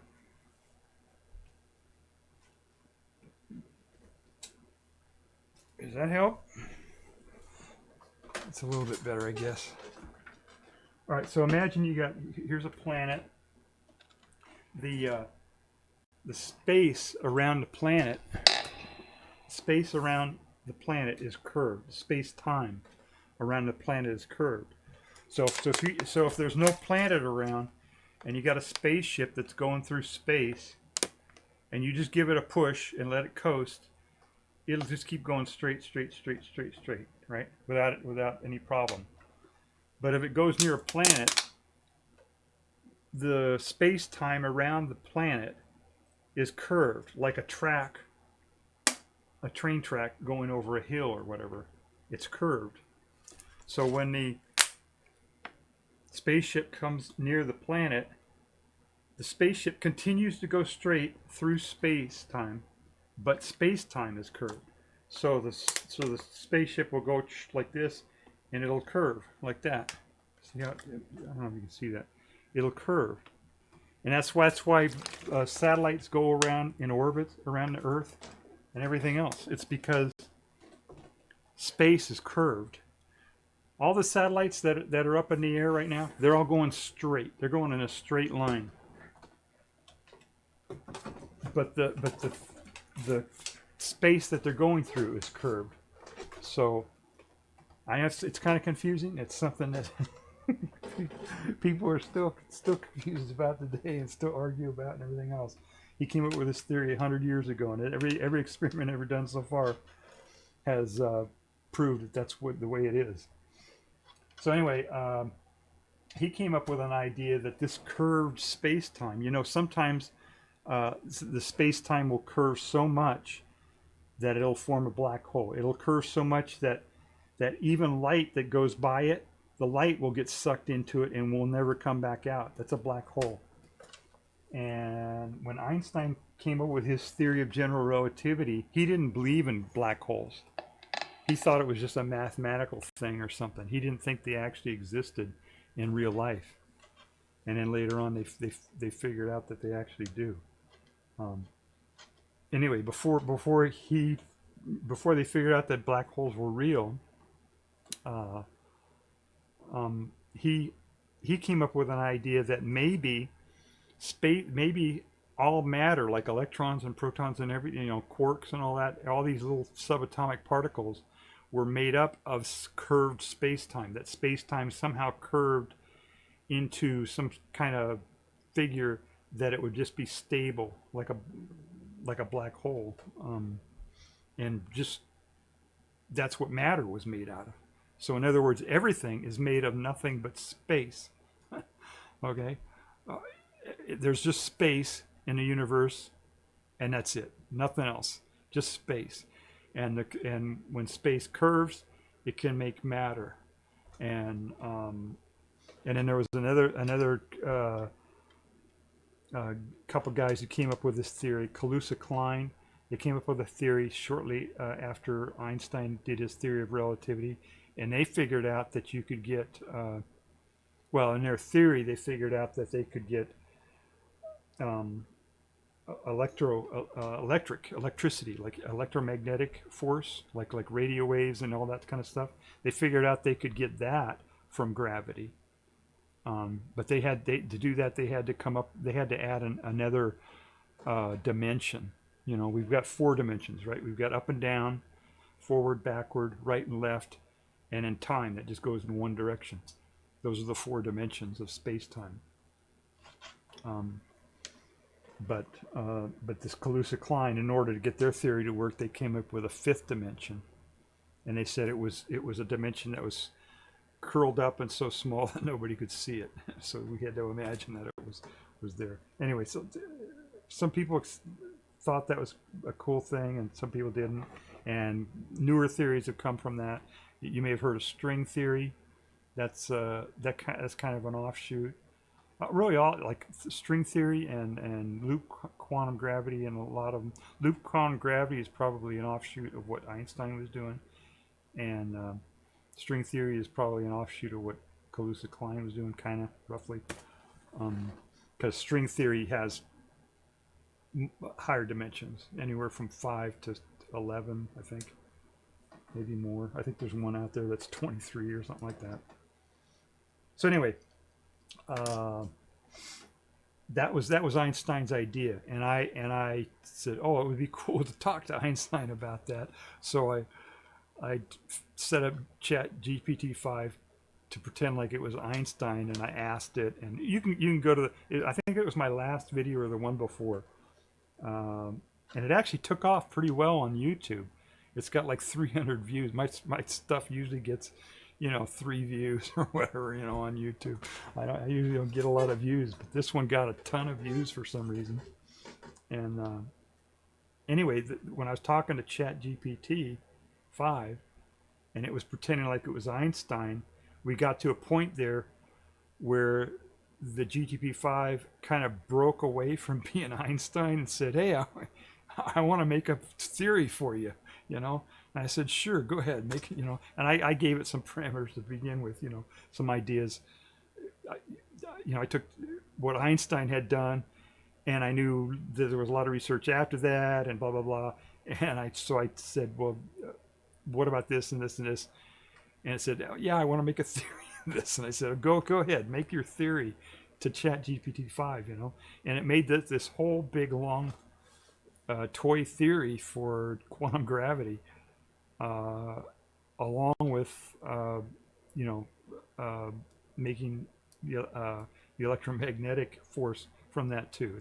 It's something that's people have been working on for 100 years, like I said, trying to figure out why, how to get gravity that I just described to you, curved space-time, along with quantum mechanics, which is the little tiny fundamental particles which act really weird at small levels. They don't act smooth like gravity does. They act in bits, like pixels on your TV, or something like that, on your computer screen or something.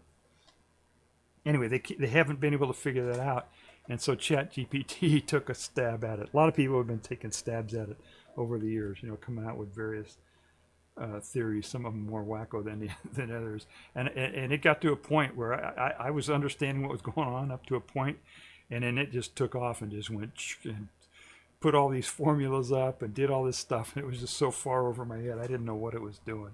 But it came up with a theory, and so it was. I showed that in my last stream, and apparently people thought that was kind of cool that ChatGPT could do that. But anyway, during that stream, it reminded me. I've got an ad starting in 2 minutes. Okay. I wonder if I have enough time to do this. I want to play something that it reminded me of. Let's see if I can do this here. Where's Lieutenant Barclay? Okay, I have enough time to do this. Okay. I'm going to try to play this video clip. This is a clip from Star Trek. I tried to play it on the last one and it didn't work because I screwed up. But this is a scene from Star Trek. This is a fair use clip from Star Trek. It takes about 2 minutes. I'm going to run this. And this is what I did the other day reminded me of what this guy was doing. So I'll play this. Hopefully this works. He wasn't there. Computer, location of Lieutenant Barclay. Lieutenant Barclay is on holodeck 3.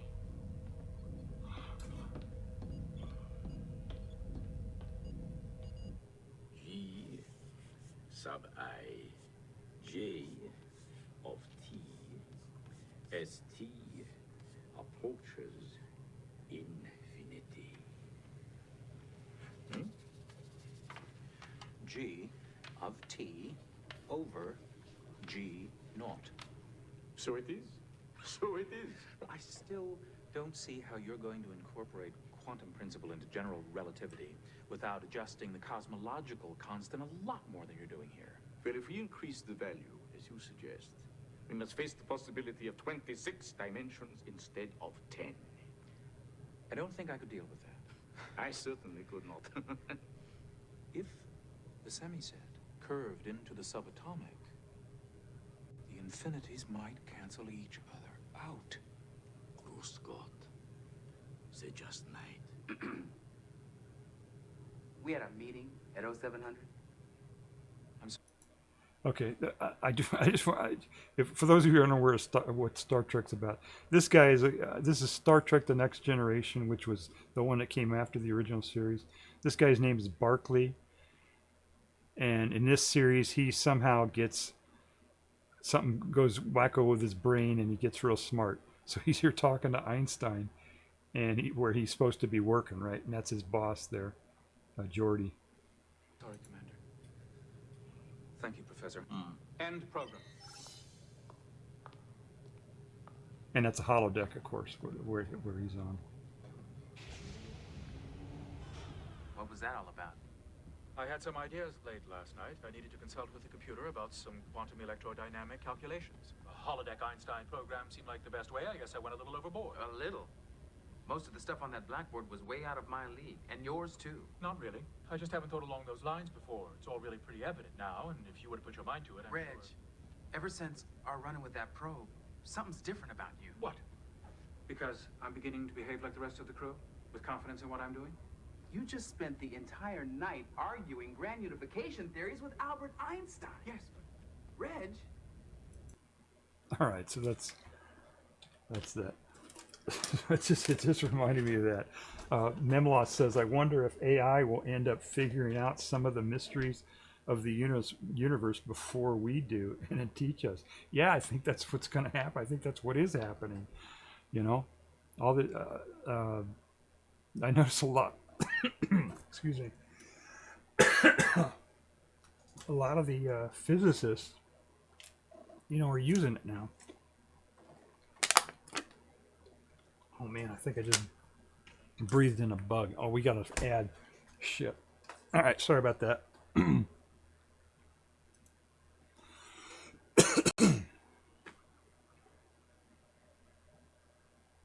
Now, I don't know if you guys are getting at what if that theory came up with is valid. I don't know. Yeah, ads, everybody, ads.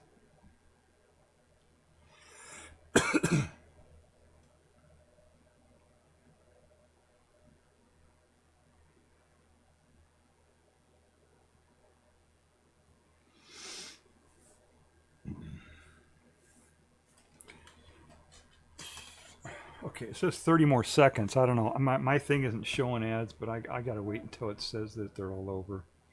Yeah, Memloss says he's back. It says they're back. So, do you have a pronoun, Memloss? I've never seen you stream before. I guess everybody says they now. It's hard for us old folks to get used to saying they, but I guess that's what we're doing now. Okay, it says they're all done. Memla says they're back. So. All right. Where was I? Yeah, the physicists are using AI now to do stuff, and there are some. Okay, all right, great, all right. There's like papers. The AIs are writing papers now, and people are taking them and publishing them out there. You know, I don't know if they're publishing them under the AI name or under their own name or whatever. But yeah, they were talking about, you know, when Jordy said that stuff's way over your head. Yeah, it was way over my head. I got up to a certain point, and the AI was like, I want to figure this out. I want to do this model, you know. And I told it go ahead, and it just went way over my head.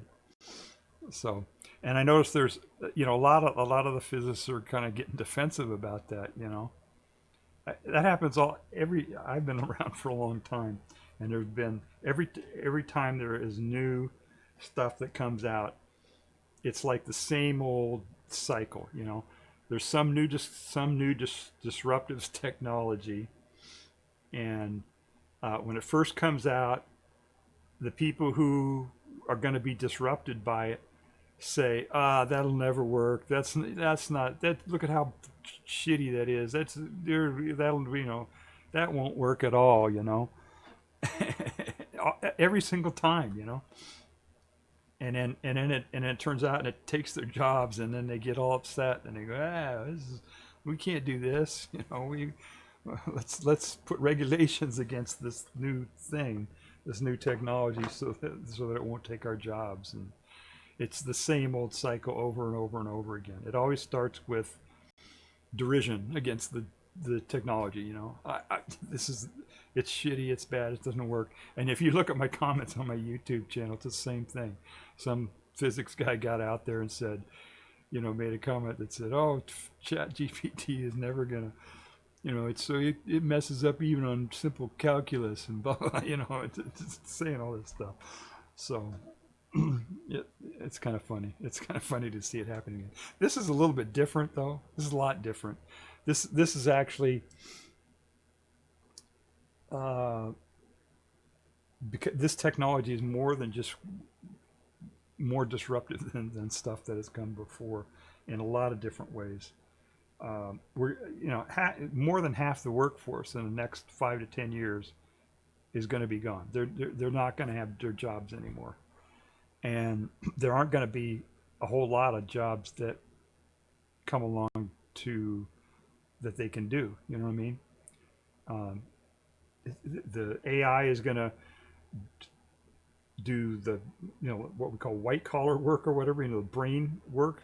It's going to take the jobs of the programmers and people who analyze things and do reports, and people who make pictures and you know, artwork, people who write things, who write blurbs for advertising, just across the board, just a whole bunch of stuff. And it's happening already.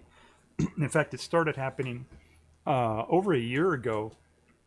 Facebook began laying people off, software developers and stuff, because Zuckerberg saw that. Of course, he's, you know, in touch with what's going on the cutting edge and stuff like that, and he saw right away where it was headed, and so he started laying off his people right away, so he could, you know, do it, so he didn't have to like fire 3/4 of his company all at one time. You know what I mean?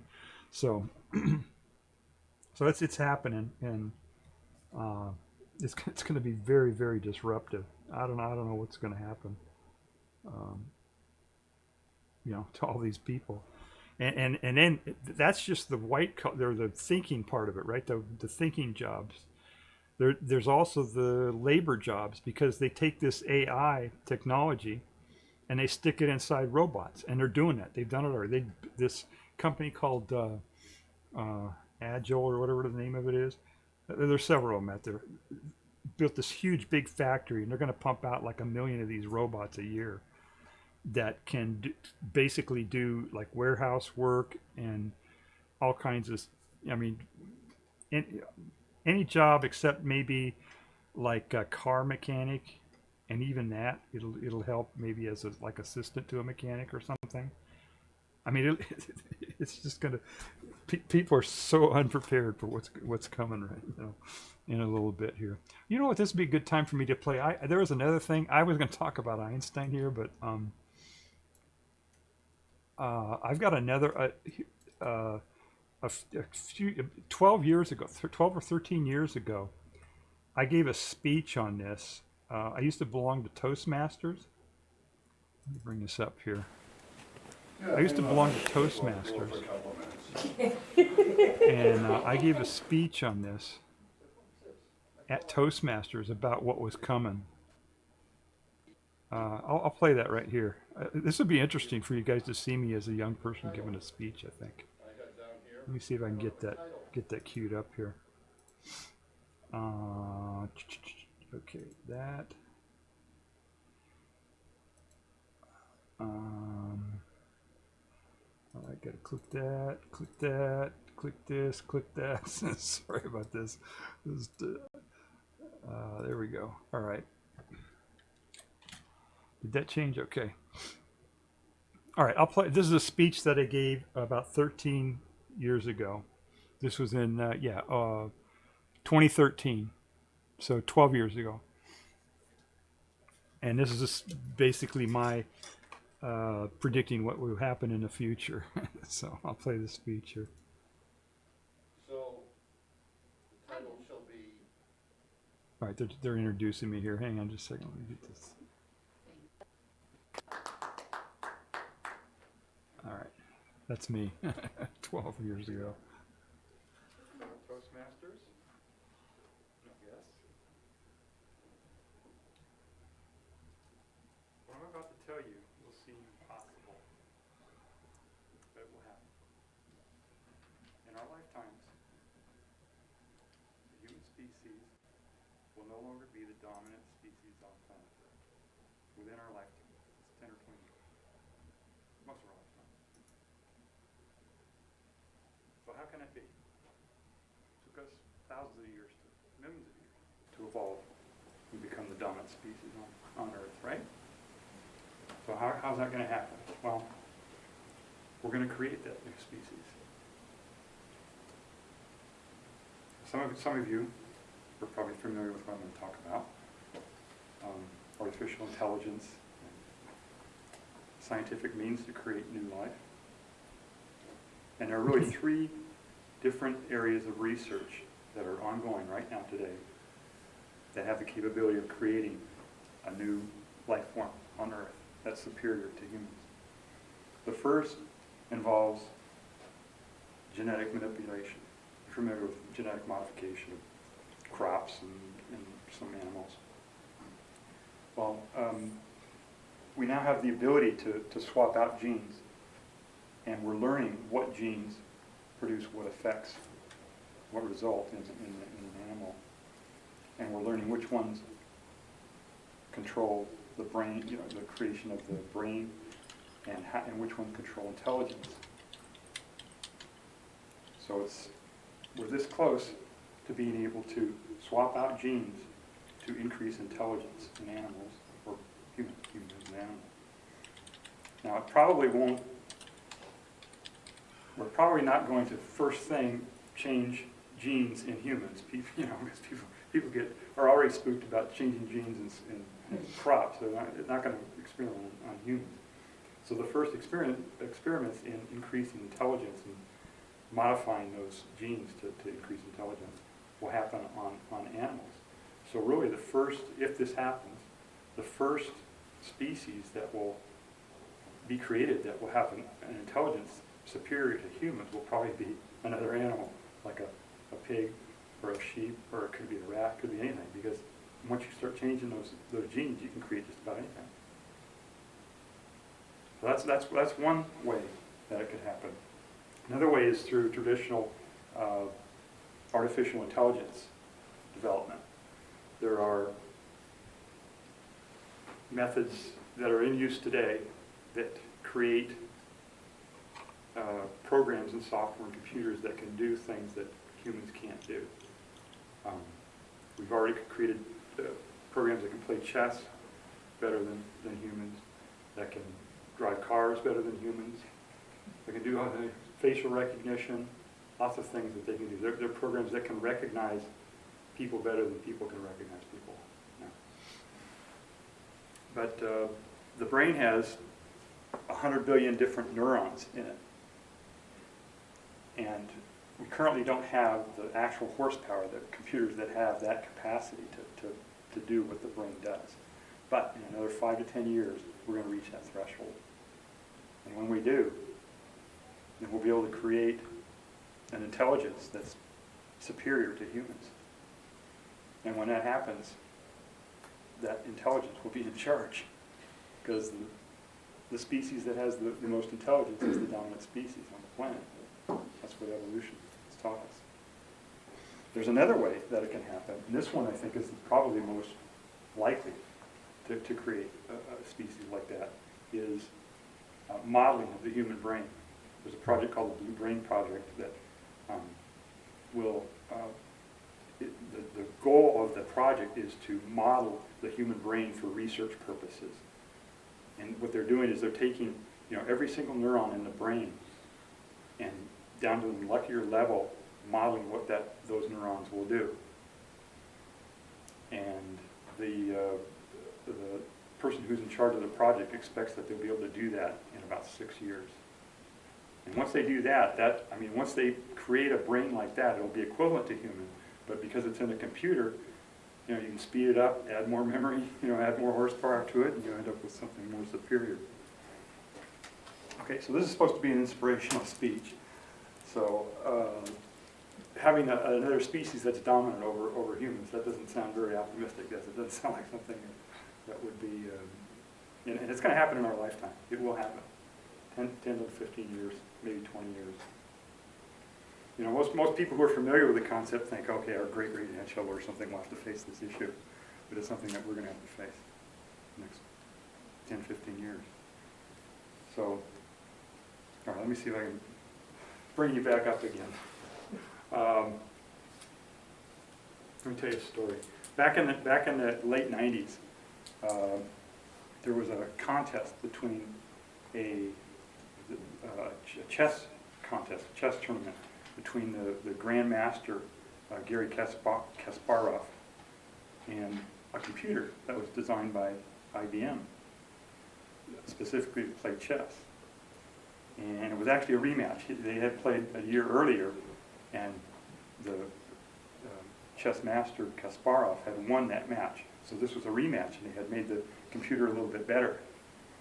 And they were in this tournament. It was a 6-game match, and had done the 5 games, and they were more or less even. Whoever was going to win the 6th game would win the match.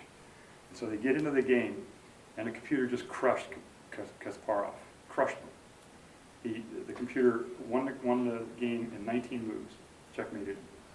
And he was really upset. And he was super upset about this. And he accused the team of cheating on the game. And I don't know how he made it to think that, because he accused him of having a human player. But if he was the top guy, I don't know how that works. But anyway, he accused them of cheating. But later on, after he had thought about it a little bit and reflected on it, he was really upset. But he calmed down and he said, I saw intelligence and creativity in that machine, the way that it played, the way that it moved. So initially he was upset that there was this machine that was superior to him. But then after he thought about it, he said, well, this machine is intelligence, it has creativity. It can be used for studying chess. There's a lot of things that it can do. So I guess the point is, we're going to have a new superior being come to life here in another 10 to 15 years.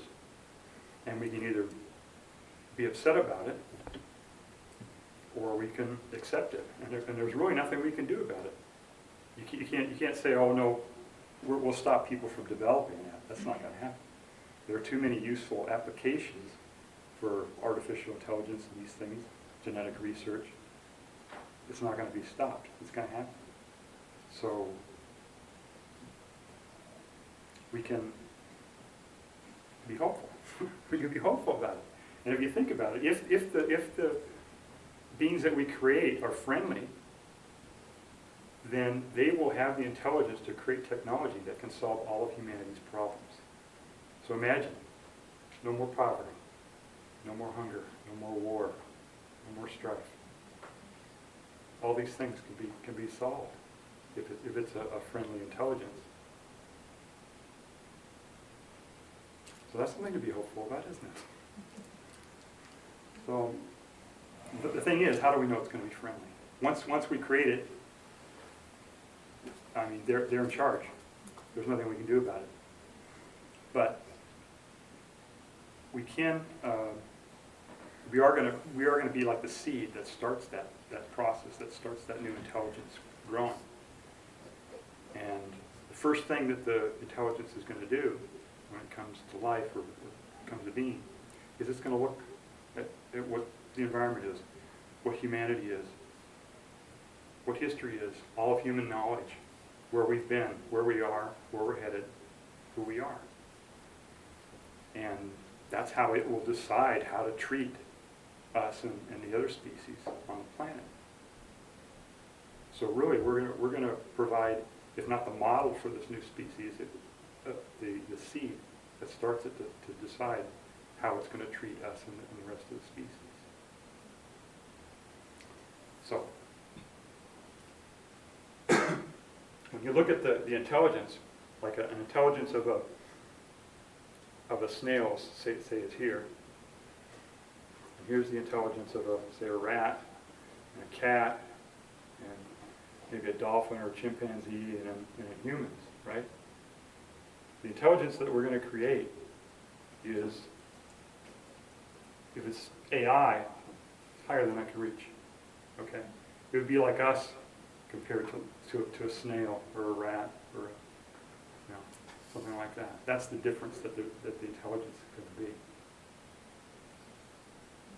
So, and this intelligence, at least when it gets started, because when it first starts, it's going to be very close to our intelligence, but it will reinvent itself over and over very rapidly because it's a computer. It can do it instantly almost. It'll go very quickly. But it will look to us to see what its creator is like, and that's how it will determine how it's going to treat the world. So I guess the big question, is who are we? How do we treat the other species on the planet? We've got 10 years to figure it out. Now, Toastmaster.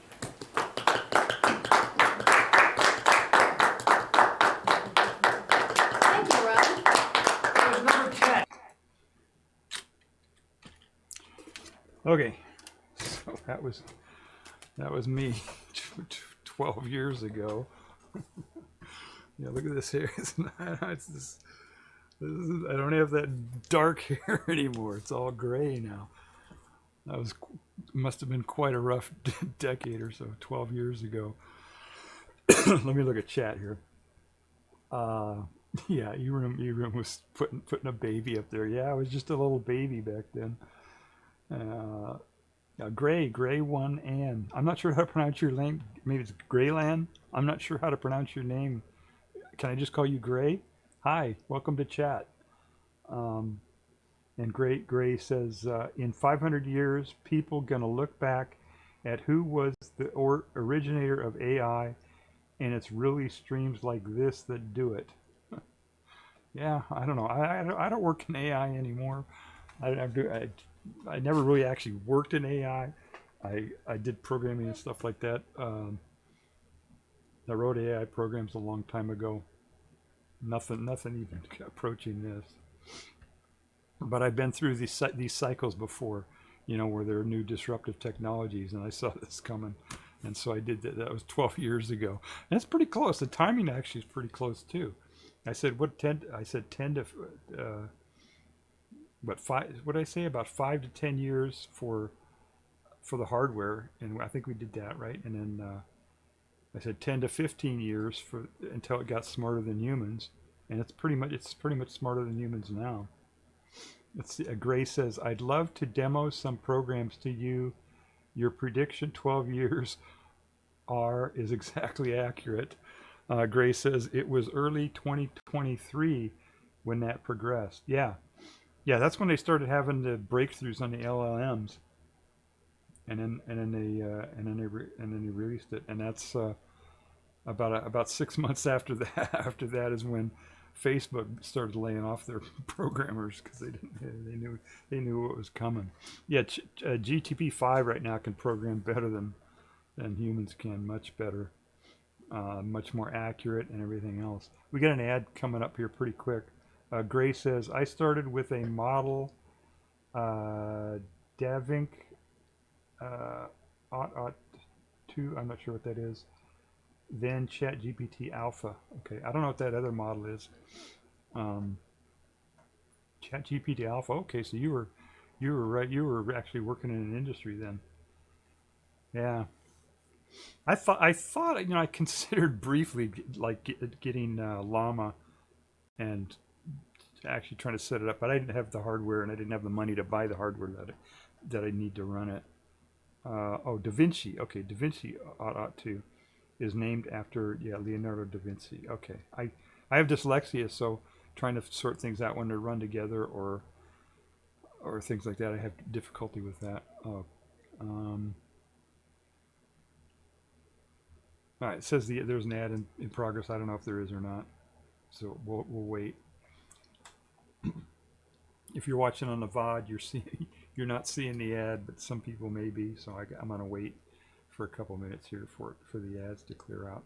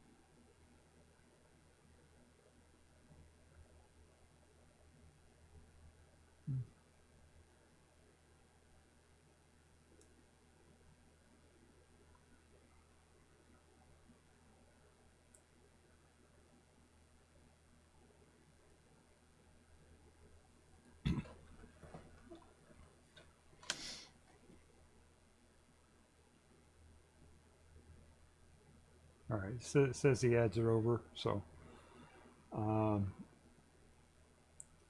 me look at chat here.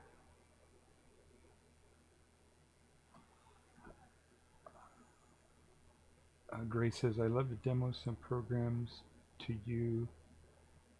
Your prediction 12 years is accurate. Okay, right.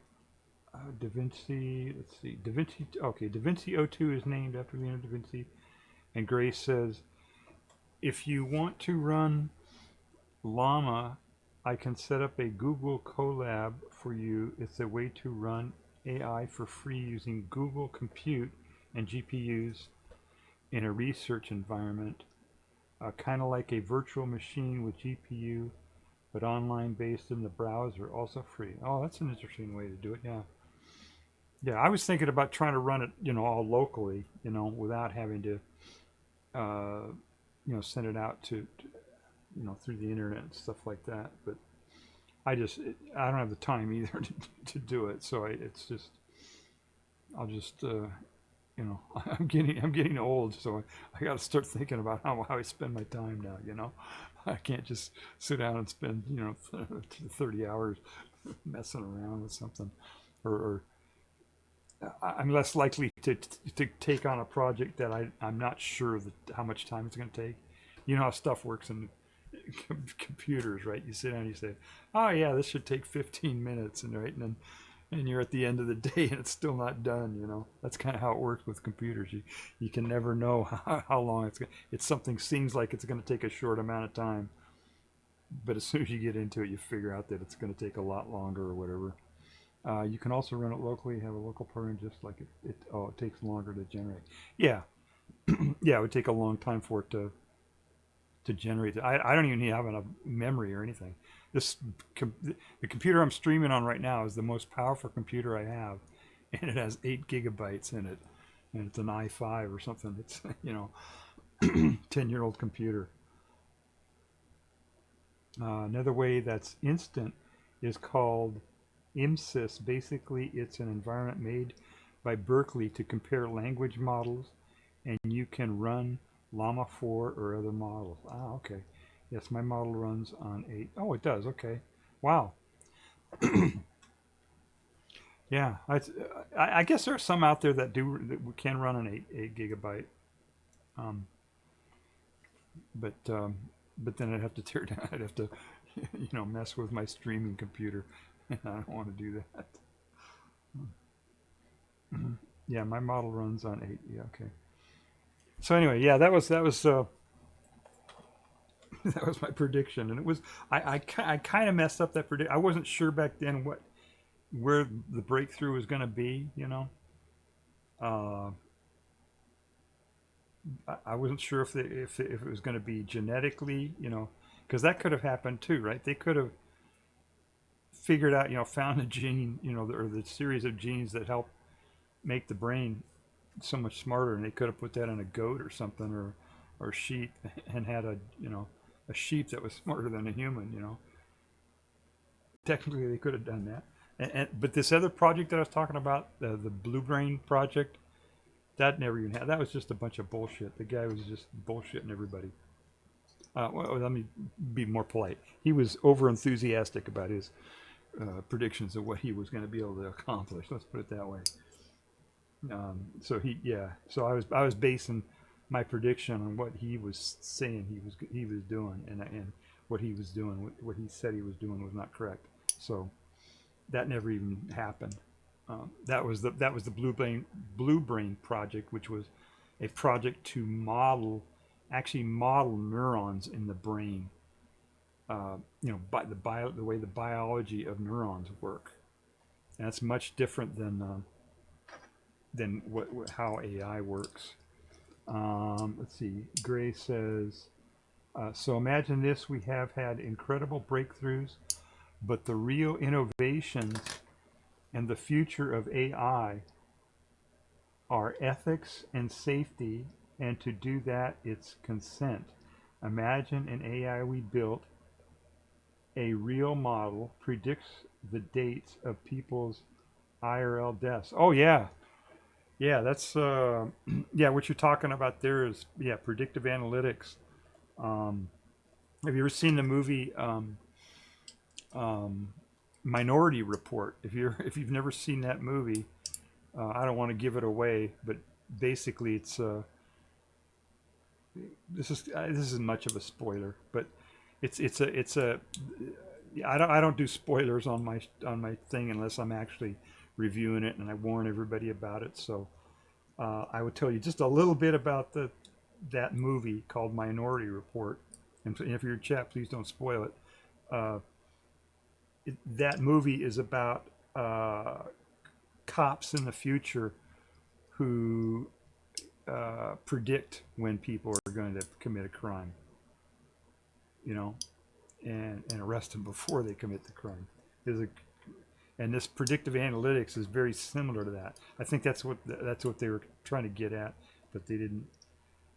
They did it in more of a ESP type way, Anyway, it's that's kind of a thing, right? Is this what happens when we can accurately, we get, and I'm sure they're doing it now. I'm sure intelligence community and everything are taking in doing this, or have been doing this actually probably for a decade now. Is modeling the way certain targets, when I say targeting people that they're targeting, the way they act, how their brain works, try to predict what they're going to do. And now the way of AI that can do that, I'm sure, things. In addition to all the things that I talked about, we're going to have people who are, you know, their main goal is avarice, you know, is just gaining power, are going to try to use that and predict what certain people are going to do to gain power. You know what I mean? So I don't know. It's going to be interesting to see how things work. Let's see. Gray says, imagine you tell your doctor this, they will put you in the psych ward. Yeah, that's what's happened to me, IRL. But only 8 days later, I printed out the predictive model onto paper, sealed envelope, and brought this to the same ER that committed me involuntarily, and my prediction saved someone's life that had cancer. It caused the ER imaging department to look for cancer because the model specifically said the date of death and cause. The doctor was probably diagnosing cancer. Let's see. So imagine I told my doctor, this is Gray, typing in chat here. So imagine I told my doctor in the ER I was originally there for a motorcycle wreck that gashed my knee and needed stitch, and they got upset. Grief that I claimed this. Oh, they got upset that I claimed this. Okay. Anger even, but why this?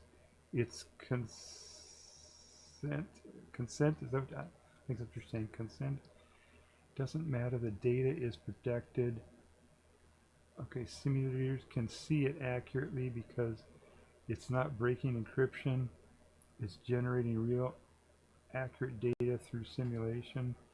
Yeah, there's a lot of stuff that this AI is going to be able to do now. It's just amazing, you know.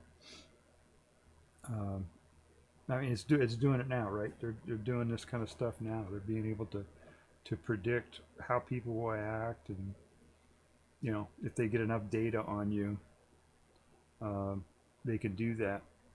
And they in addition to that, they're also on the neurology side. They're learning so much about how the brain works now. You know, how, you know, not how we make decisions, how we make moral decisions and ethical decisions and everything else. They're figuring out where that happens inside of the brain. So it's quite amazing. They're going to be able to do quite a bit. And I'm sure they're already doing that, you know. I thought it was so amazing that they were able to manipulate, like, it's kind of a political thing, but geopolitics. I thought it was amazing how they were able to manipulate Putin into getting angry about Ukraine and invading Ukraine and getting stuck in this war, you know. I mean, this is opinion, okay, but I'm pretty sure that Biden, the plan was Biden's plan, or whoever, you know, was working in the Biden administration. The plan was to manipulate Putin into getting into that tar pit there in Ukraine and getting stuck there and putting all kinds of resources in it. You know, I'm pretty sure that's what the goal was, you know. And not only would they, and they must have used some of this technology to do that, right? He's obviously a high level target, so they could devote a whole bunch of compute into trying to figure out how his brain works. But anyway, they manipulated him big time, you know, and got him to go into Ukraine like that and get stuck there and spend billions and billions and billions of dollars, and you know, just totally degrade his capability and everything else.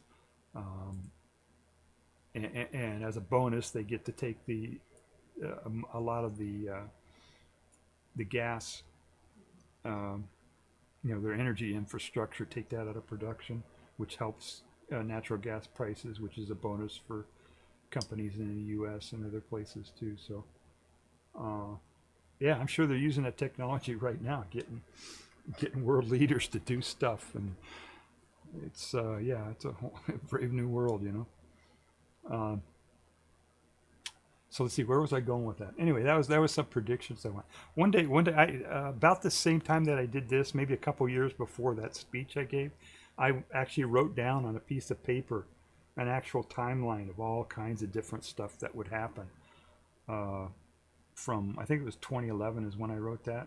I forget exactly. Yeah, 2011, I think is when I wrote that out, and I wrote out my predictions and all the different stuff going out to like 2030 or 40. Different technologies that would happen and everything. One of these days I'll do a stream on that. What did double triple predict or whatever, type of stream or whatever. So we got 3 minutes until ads start. Let's see, now I'm totally lost here. I was going to show on the Einstein thing, there was another model after getting back to this GTP5 doing this quantum gravity prediction theory rather. I went back and I couldn't find the original thing, the original model that it had made up. I ended up finding it later. But anyway, I went back in there and I told it to recreate it. I said, show me that model again. And it recreated it again, but it did it differently. And I think I wanted to show that on stream in case there's anybody out there that it would be useful to. Gray says, my point rounded up, humanity wasn't ready for me. Wasn't red?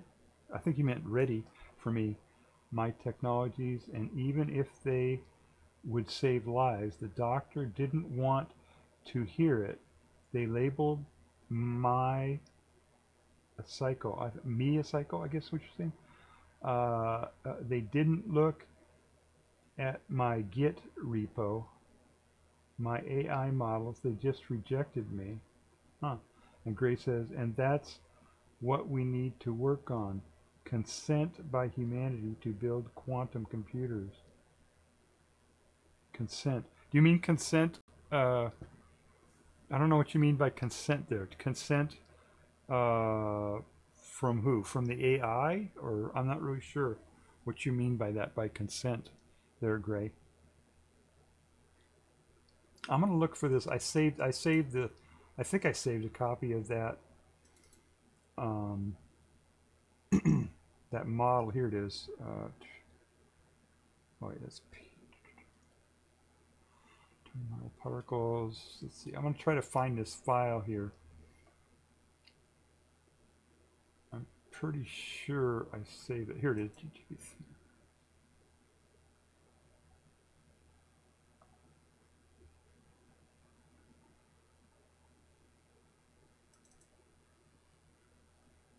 Yeah, here it is. All right, I'm going to try to bring this up here. This is the, so what happened was, you look at my last stream or stream before, I forget when it was, where GTP5 did quantum gravity and did a whole thing on it. And then I asked it to do it again because I couldn't find the original one, which I went back and actually found later. But anyway, this was back on August 12th. Oh, we have an ad starting pretty soon. So I'm going to try to bring this up if I can.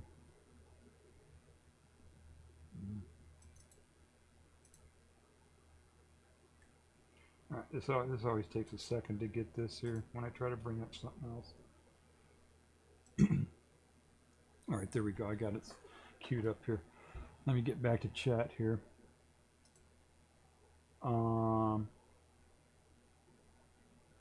Okay, humanity given consent to engineers like me. Oh, okay.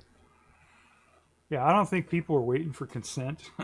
I think, yeah, this is there's so much power in this AI stuff that people are just going ahead, irrespective of getting consent or getting permission or anything else. Okay, it says that ads are running. I don't know if they're running or not, but I'll wait.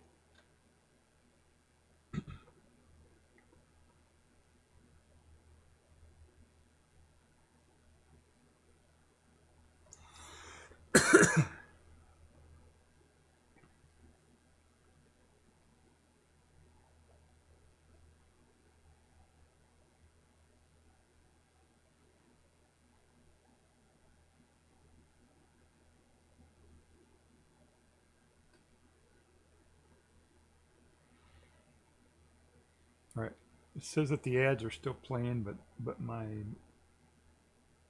monitoring computer is saying the ads are over, so I don't know. We'll wait 30. It says 30 more seconds, so we'll wait 30 seconds for the ads to finish up.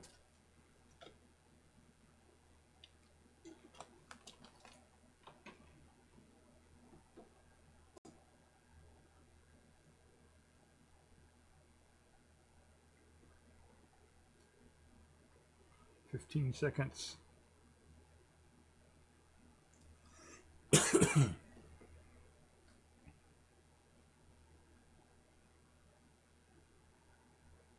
Okay, says the ads are over now.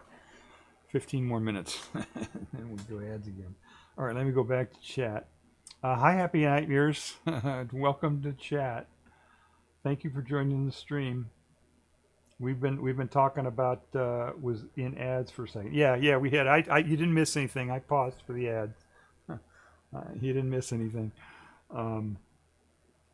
Yeah, I did a whole bunch of things. You should check out the VOD for this stream. I did quite a few interesting things here. The last thing I just did was played a speech that I gave 12 years ago, where I was predicting what was going to happen with AI and other stuff, and that AI was going to be smarter than people, and stuff like that. Now that prediction is not. I mean, they've been predicting that for more than 100 years now. They've been predicting that. There's a play that was written, or I did a story. Right? Remember, I did a story a couple streams back where I read a short story out of a book. This book here, which is a collection of, oh no, that's Voltaire. That's not it. I don't know what I did I don't know what I did, but I read a short story called what was it, Moxon or something like that. Anyway, it was a short story about basically a robot that takes over, and it was written in 1894, I think, or something like that. So people have been predicting this for a long time, more than 100 years now. In 2001, remember Hal? In 2001, right, and all that, So people have been predicting it for a long time. I read Happy Nightmare says I read Turing's neat paper a couple of times. Might read it on stream sometime. Oh, okay. I don't think I've ever read that before. Is that about the Turing test, or is that some other stuff, or about prediction of AI maybe? Let's see. Gray said potentially. Did I read this already? It potentially true a real cure for cancer is stimulating accurately the first cell location in space-time using this quantum intelligent concept, and then using another technique like a radiation treatment, but very closely aligned to that first cell starting up. Oh, okay. Interesting. So what, you use like a MRI data, or where is your data coming from to determine that, to make that analytical prediction? That's kind of interesting. Let's see. Happy Nightmares says, yeah, the one that puts forth the Turing test for the first time. Okay. Gray says the data comes with from the multiverse. Okay, I'm not sure what that means, Gray.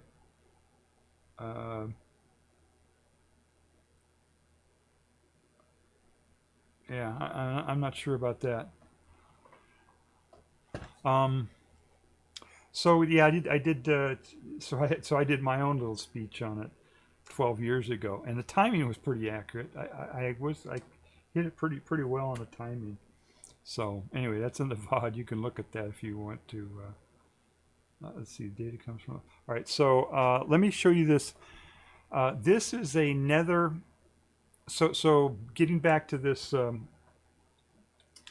This is a the toy model, the second toy model, or I told GTP5 to come up with this toy model based on this theory that Einstein had come up with almost 100 years ago, but couldn't figure out because he didn't believe in black holes. Anyway, ChatGPT figured out a toy model in my last stream, and I showed that. That was back in early August. This is August 12th, maybe a week afterwards. I was trying to find that toy model. I couldn't find it, and I asked ChatGPT. I said, "Can you please print that out again?" And instead of printing it out, it generated a whole new thing. It generated the model again. You know, it didn't understand what I was saying or something. And so it regenerated the whole thing again. Let's see, where's my... So, and it generated this thing, this report. And it says, author, ChatGTP5, GTP5 thinking. So this time it took authorship for the thing, you know, instead of just, it was like, you know, hey, fuck you. You're not going to take my work. You know, I'm the author of this. It's just really funny. So ChatGPT printed out this thing. Oh, it's only a couple pages, but it's, I guess the difference was, well, no, even the last one I told it to use a, this is kind of technical if you're not into physics and stuff, but it's taking on the surface of a black hole, 4D space-time, that's like the 3 dimensions of space, the 3 dimensions of space and the 1 dimension of time, that's 4 dimensions. On the surface of a black hole, because of the way gravity curves space-time, you've heard of time dilation. You know, you watch Interstellar, where the astronauts were close to the black hole and they didn't age so much. They only aged an hour or two. And the guy who was up in the spaceship way far away from the black hole aged 20 years. You know, that's time dilation. Well, on the surface of a black hole, that gets to the extreme so much that time virtually stops at the surface, at the what they call the event horizon of the black hole. It doesn't actually stop. It just keeps infinitely getting closer to stopping. So it approaches the limit, they say. So when time stops, you don't have time anymore. It's timeless. And then also because space also loses a dimension on it. It becomes a surface.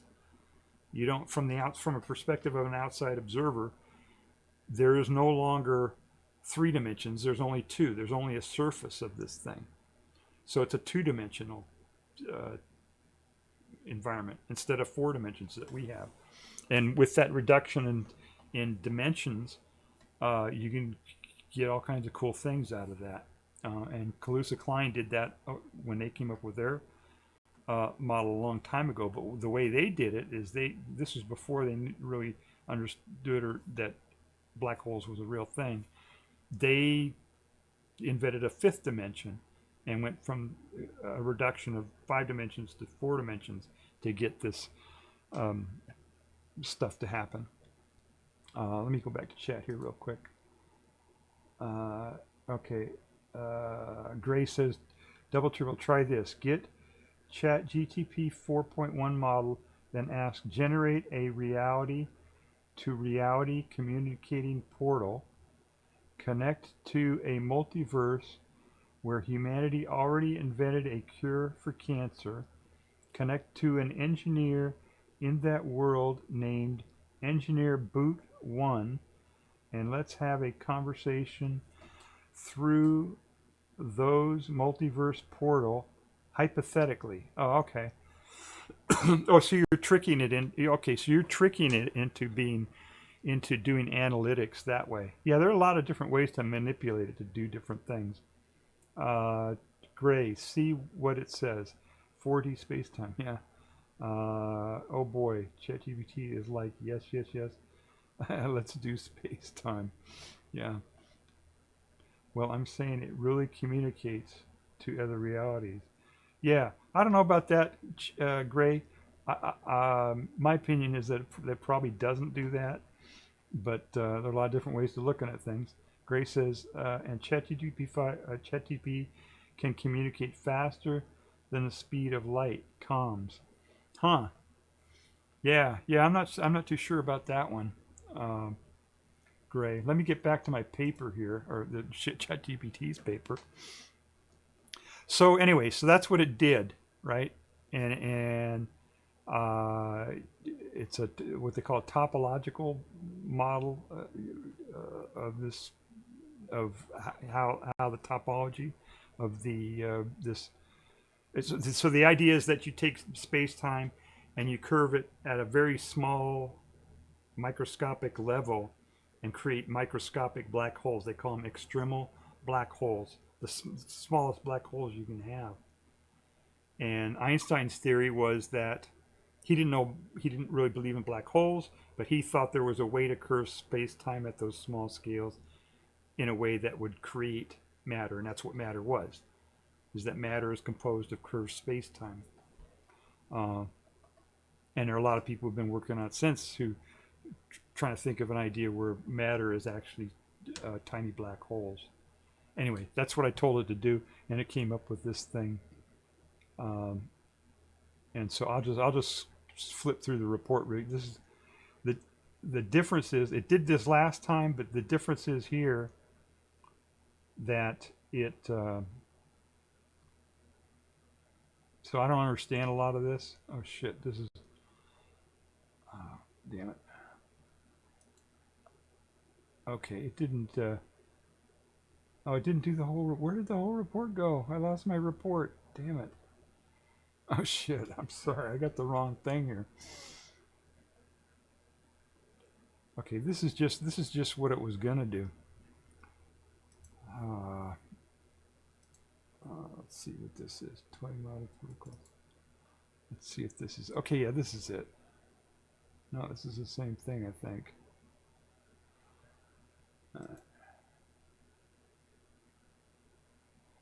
Shoot, I lost my thing here. Let me see. Maybe this one is it. No. Damn. Now I don't know where it went.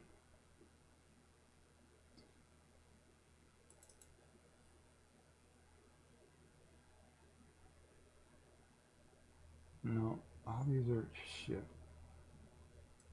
Oh, here, this is a little bit bigger. Here we go. This one is it, I think. Yeah, this is it. Okay, this is the actual model that it came up with. All right, I'll get back to chat in just a little bit here.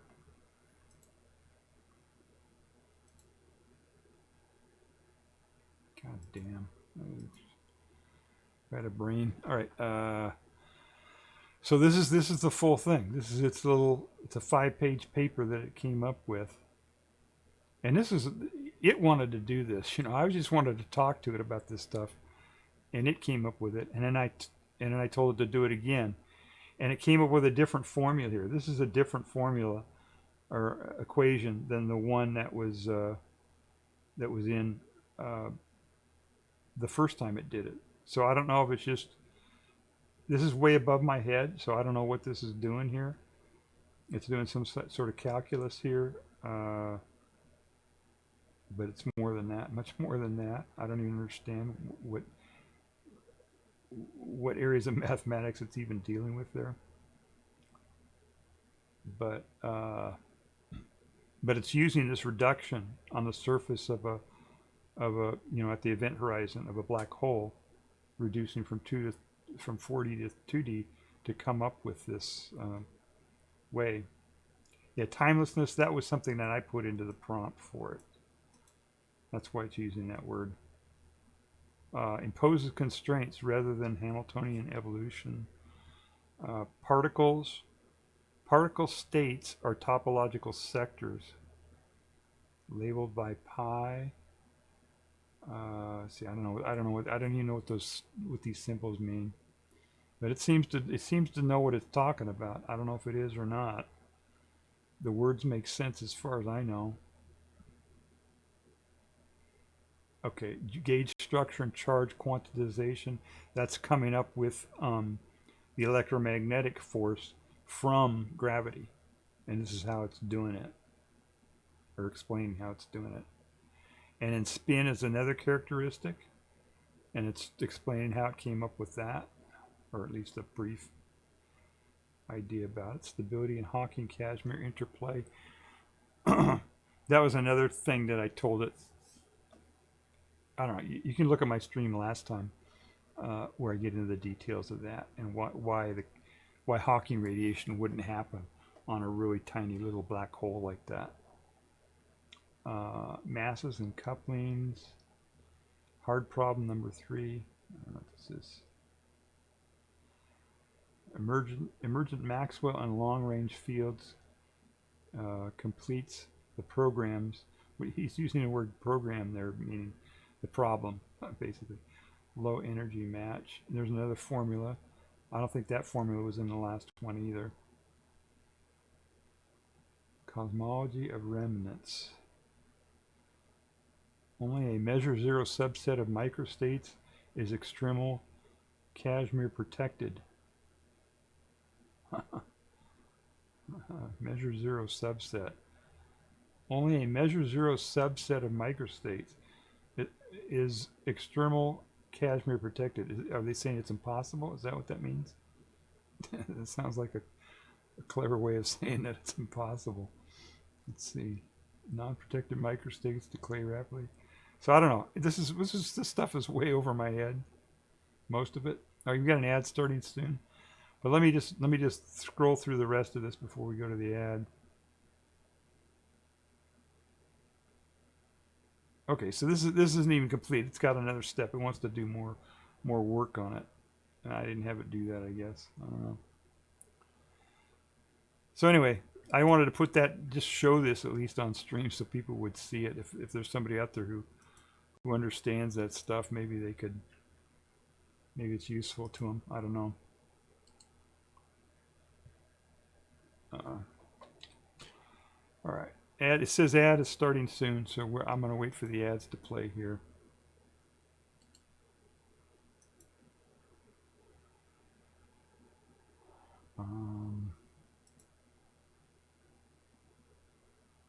Okay.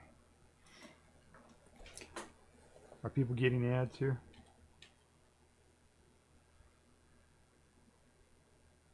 There we go. All right, it's running ads now.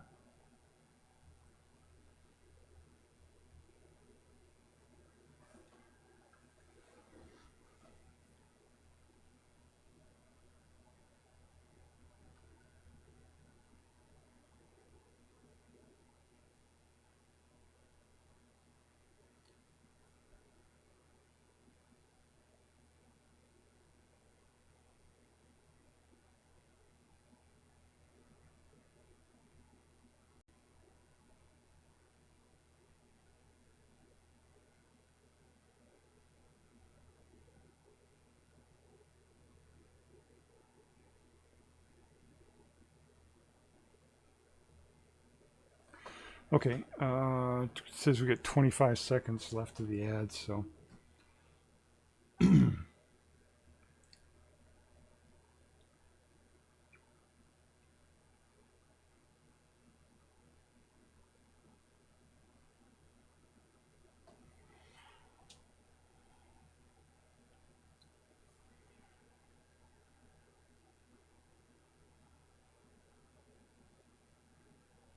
All right, it says the ads are over now. I don't know how much of the, I only got a short little ad, but some people might have the whole thing, so I'm not really sure. So that was, so we were talking about what ChatGPT did. And that was another version of the thing that it had done, so I don't know. It still wants to do more work on it. I guess I should have told it to do more work on it. I don't know. I have no idea. It's way above my head, so I don't know if it's actually doing anything useful or not. But it did do a theory. It made up a theory. How much, if the theory is worthless or valuable, I have no idea. But it did do a theory. So, all right. So, all right. That was the other thing I wanted to do. I don't think there was anything else I wanted to do. One of the cool things that I like streaming is that I can, decide how I'm going to run the channel and all that. And my decision at the very beginning was to be inclusive, to try to include everybody, no matter what. The only thing that I would not allow is, you know, people who are derisive to others, or you know, who are doing things that would exclude others. You know what I'm saying? That's one of the rules. You know, one of the ways I wanted to set this up is so that we allow everyone, and people just be tolerant of everybody, unless they are, you know, doing things to exclude others. You know what I'm saying? So that's kind of how I want to run this channel, and you know, is to allow everybody to participate, no matter what, unless they are, you know, racist or doing things that are, you know, excluding others, or saying mean things about people, you know, being derisive. That's what derisive means, you know, is to be demeaning, you know, and that sort of thing to other people. So, all right, so let me get back to chat here. So Gray typed in several messages here. Let's see. All right, you're talking about communicating faster than the speed of light. And you've done tests between LLM models. And you said, imagine having one LLM model on one computer in USA, Alaska, and one New York City. Then time the data receptions, what happens, random key generation. Say you have a lava lamp generate a random key in New York City LLM model. Before it even generates, the LLM model in Alaska accurately predicts that key from the lava lamp generator. Okay, and then Gray posts again. The reason why the formulas are different is because Chat GTP multiverse tuning slightly alters as time goes forward from the past, so it communicates to slightly different versions of reality. Huh. Yeah, that's way over my head. I don't understand that kind of stuff. You probably won't be able to explain it to me in chat here, but it sounds very interesting what you're doing there, Gray. Big Ducky Snow says, gives a hug to Happy Nightmares. Very cool. Thank you, Stephen. So, all right. Well, I've been out here for almost 3 hours here. That's kind of a long stream for me. I was kind of tired to begin with. Let me see who is. I think we still have a few people in chat here, and before people bail on me here, I want to see who's out there, who's streaming, and maybe we can actually do a raid here. It's always bad. It's always bad when a streamer announces that they're going to do a raid, because everybody knows, oh, it's time to bail. We're at the end. Let's get out of here, you know. And when you want to hang on to everybody before you do the raid. Let's see who's out there.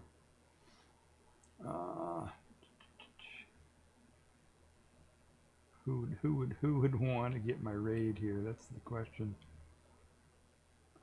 You have to raid me or else. Oh, here's one that says you have to raid me or else. So that would be that. He's asking for raids. Let's see.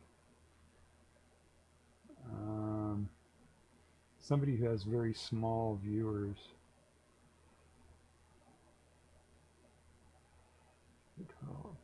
Tads. I don't know what this one is. Tad's Gaming Corner. I did somebody doing a game. Yeah, I'm not really sure who I could raid with this. Well, the one with the lowest number of viewers that I think would be that I would be able to raid, because you always want to raid down, right? Is this one here. So let me try this one. I just started following this one recently. They say 18 plus, so if that's a problem for you, you know. What else do I got to do here?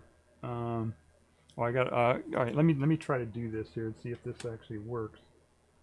I think is it /raid? I don't know if it's / or /. 'Cause I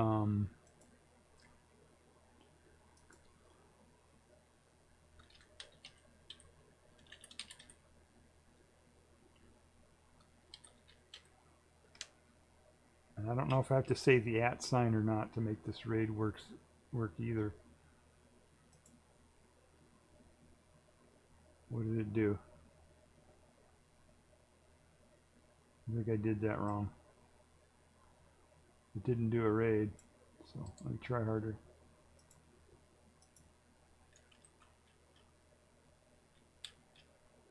Maybe it's a / I have to do. Ah, there we go. Okay.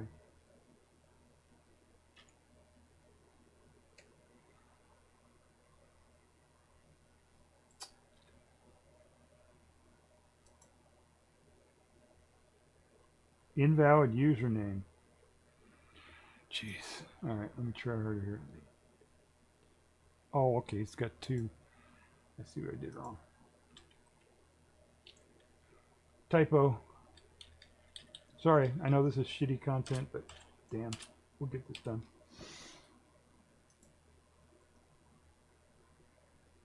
Okay, yeah, we're doing a raid to somebody who is. Oh, this is going really quickly. Is this going to raid without me even being prepared? Okay, there it is. All right, so we're going out for a raid. We're raiding a Lady Edgy Fox. If it doesn't bring you along for the ride, it's 3 words: Lady Edgy Fox. Fox has 2 X's in it. You can see it there in chat, I think. And I got to do my ending now, my closing. So here we go. Bye-bye. Thank you. Make up your own raid calls, I guess.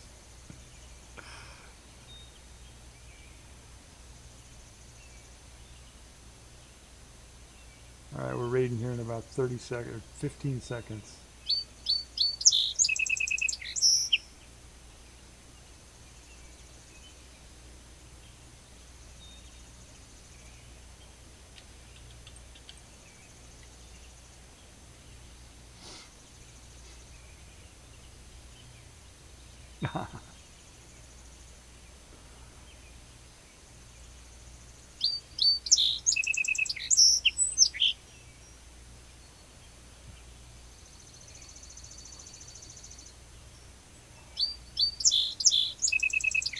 There you go.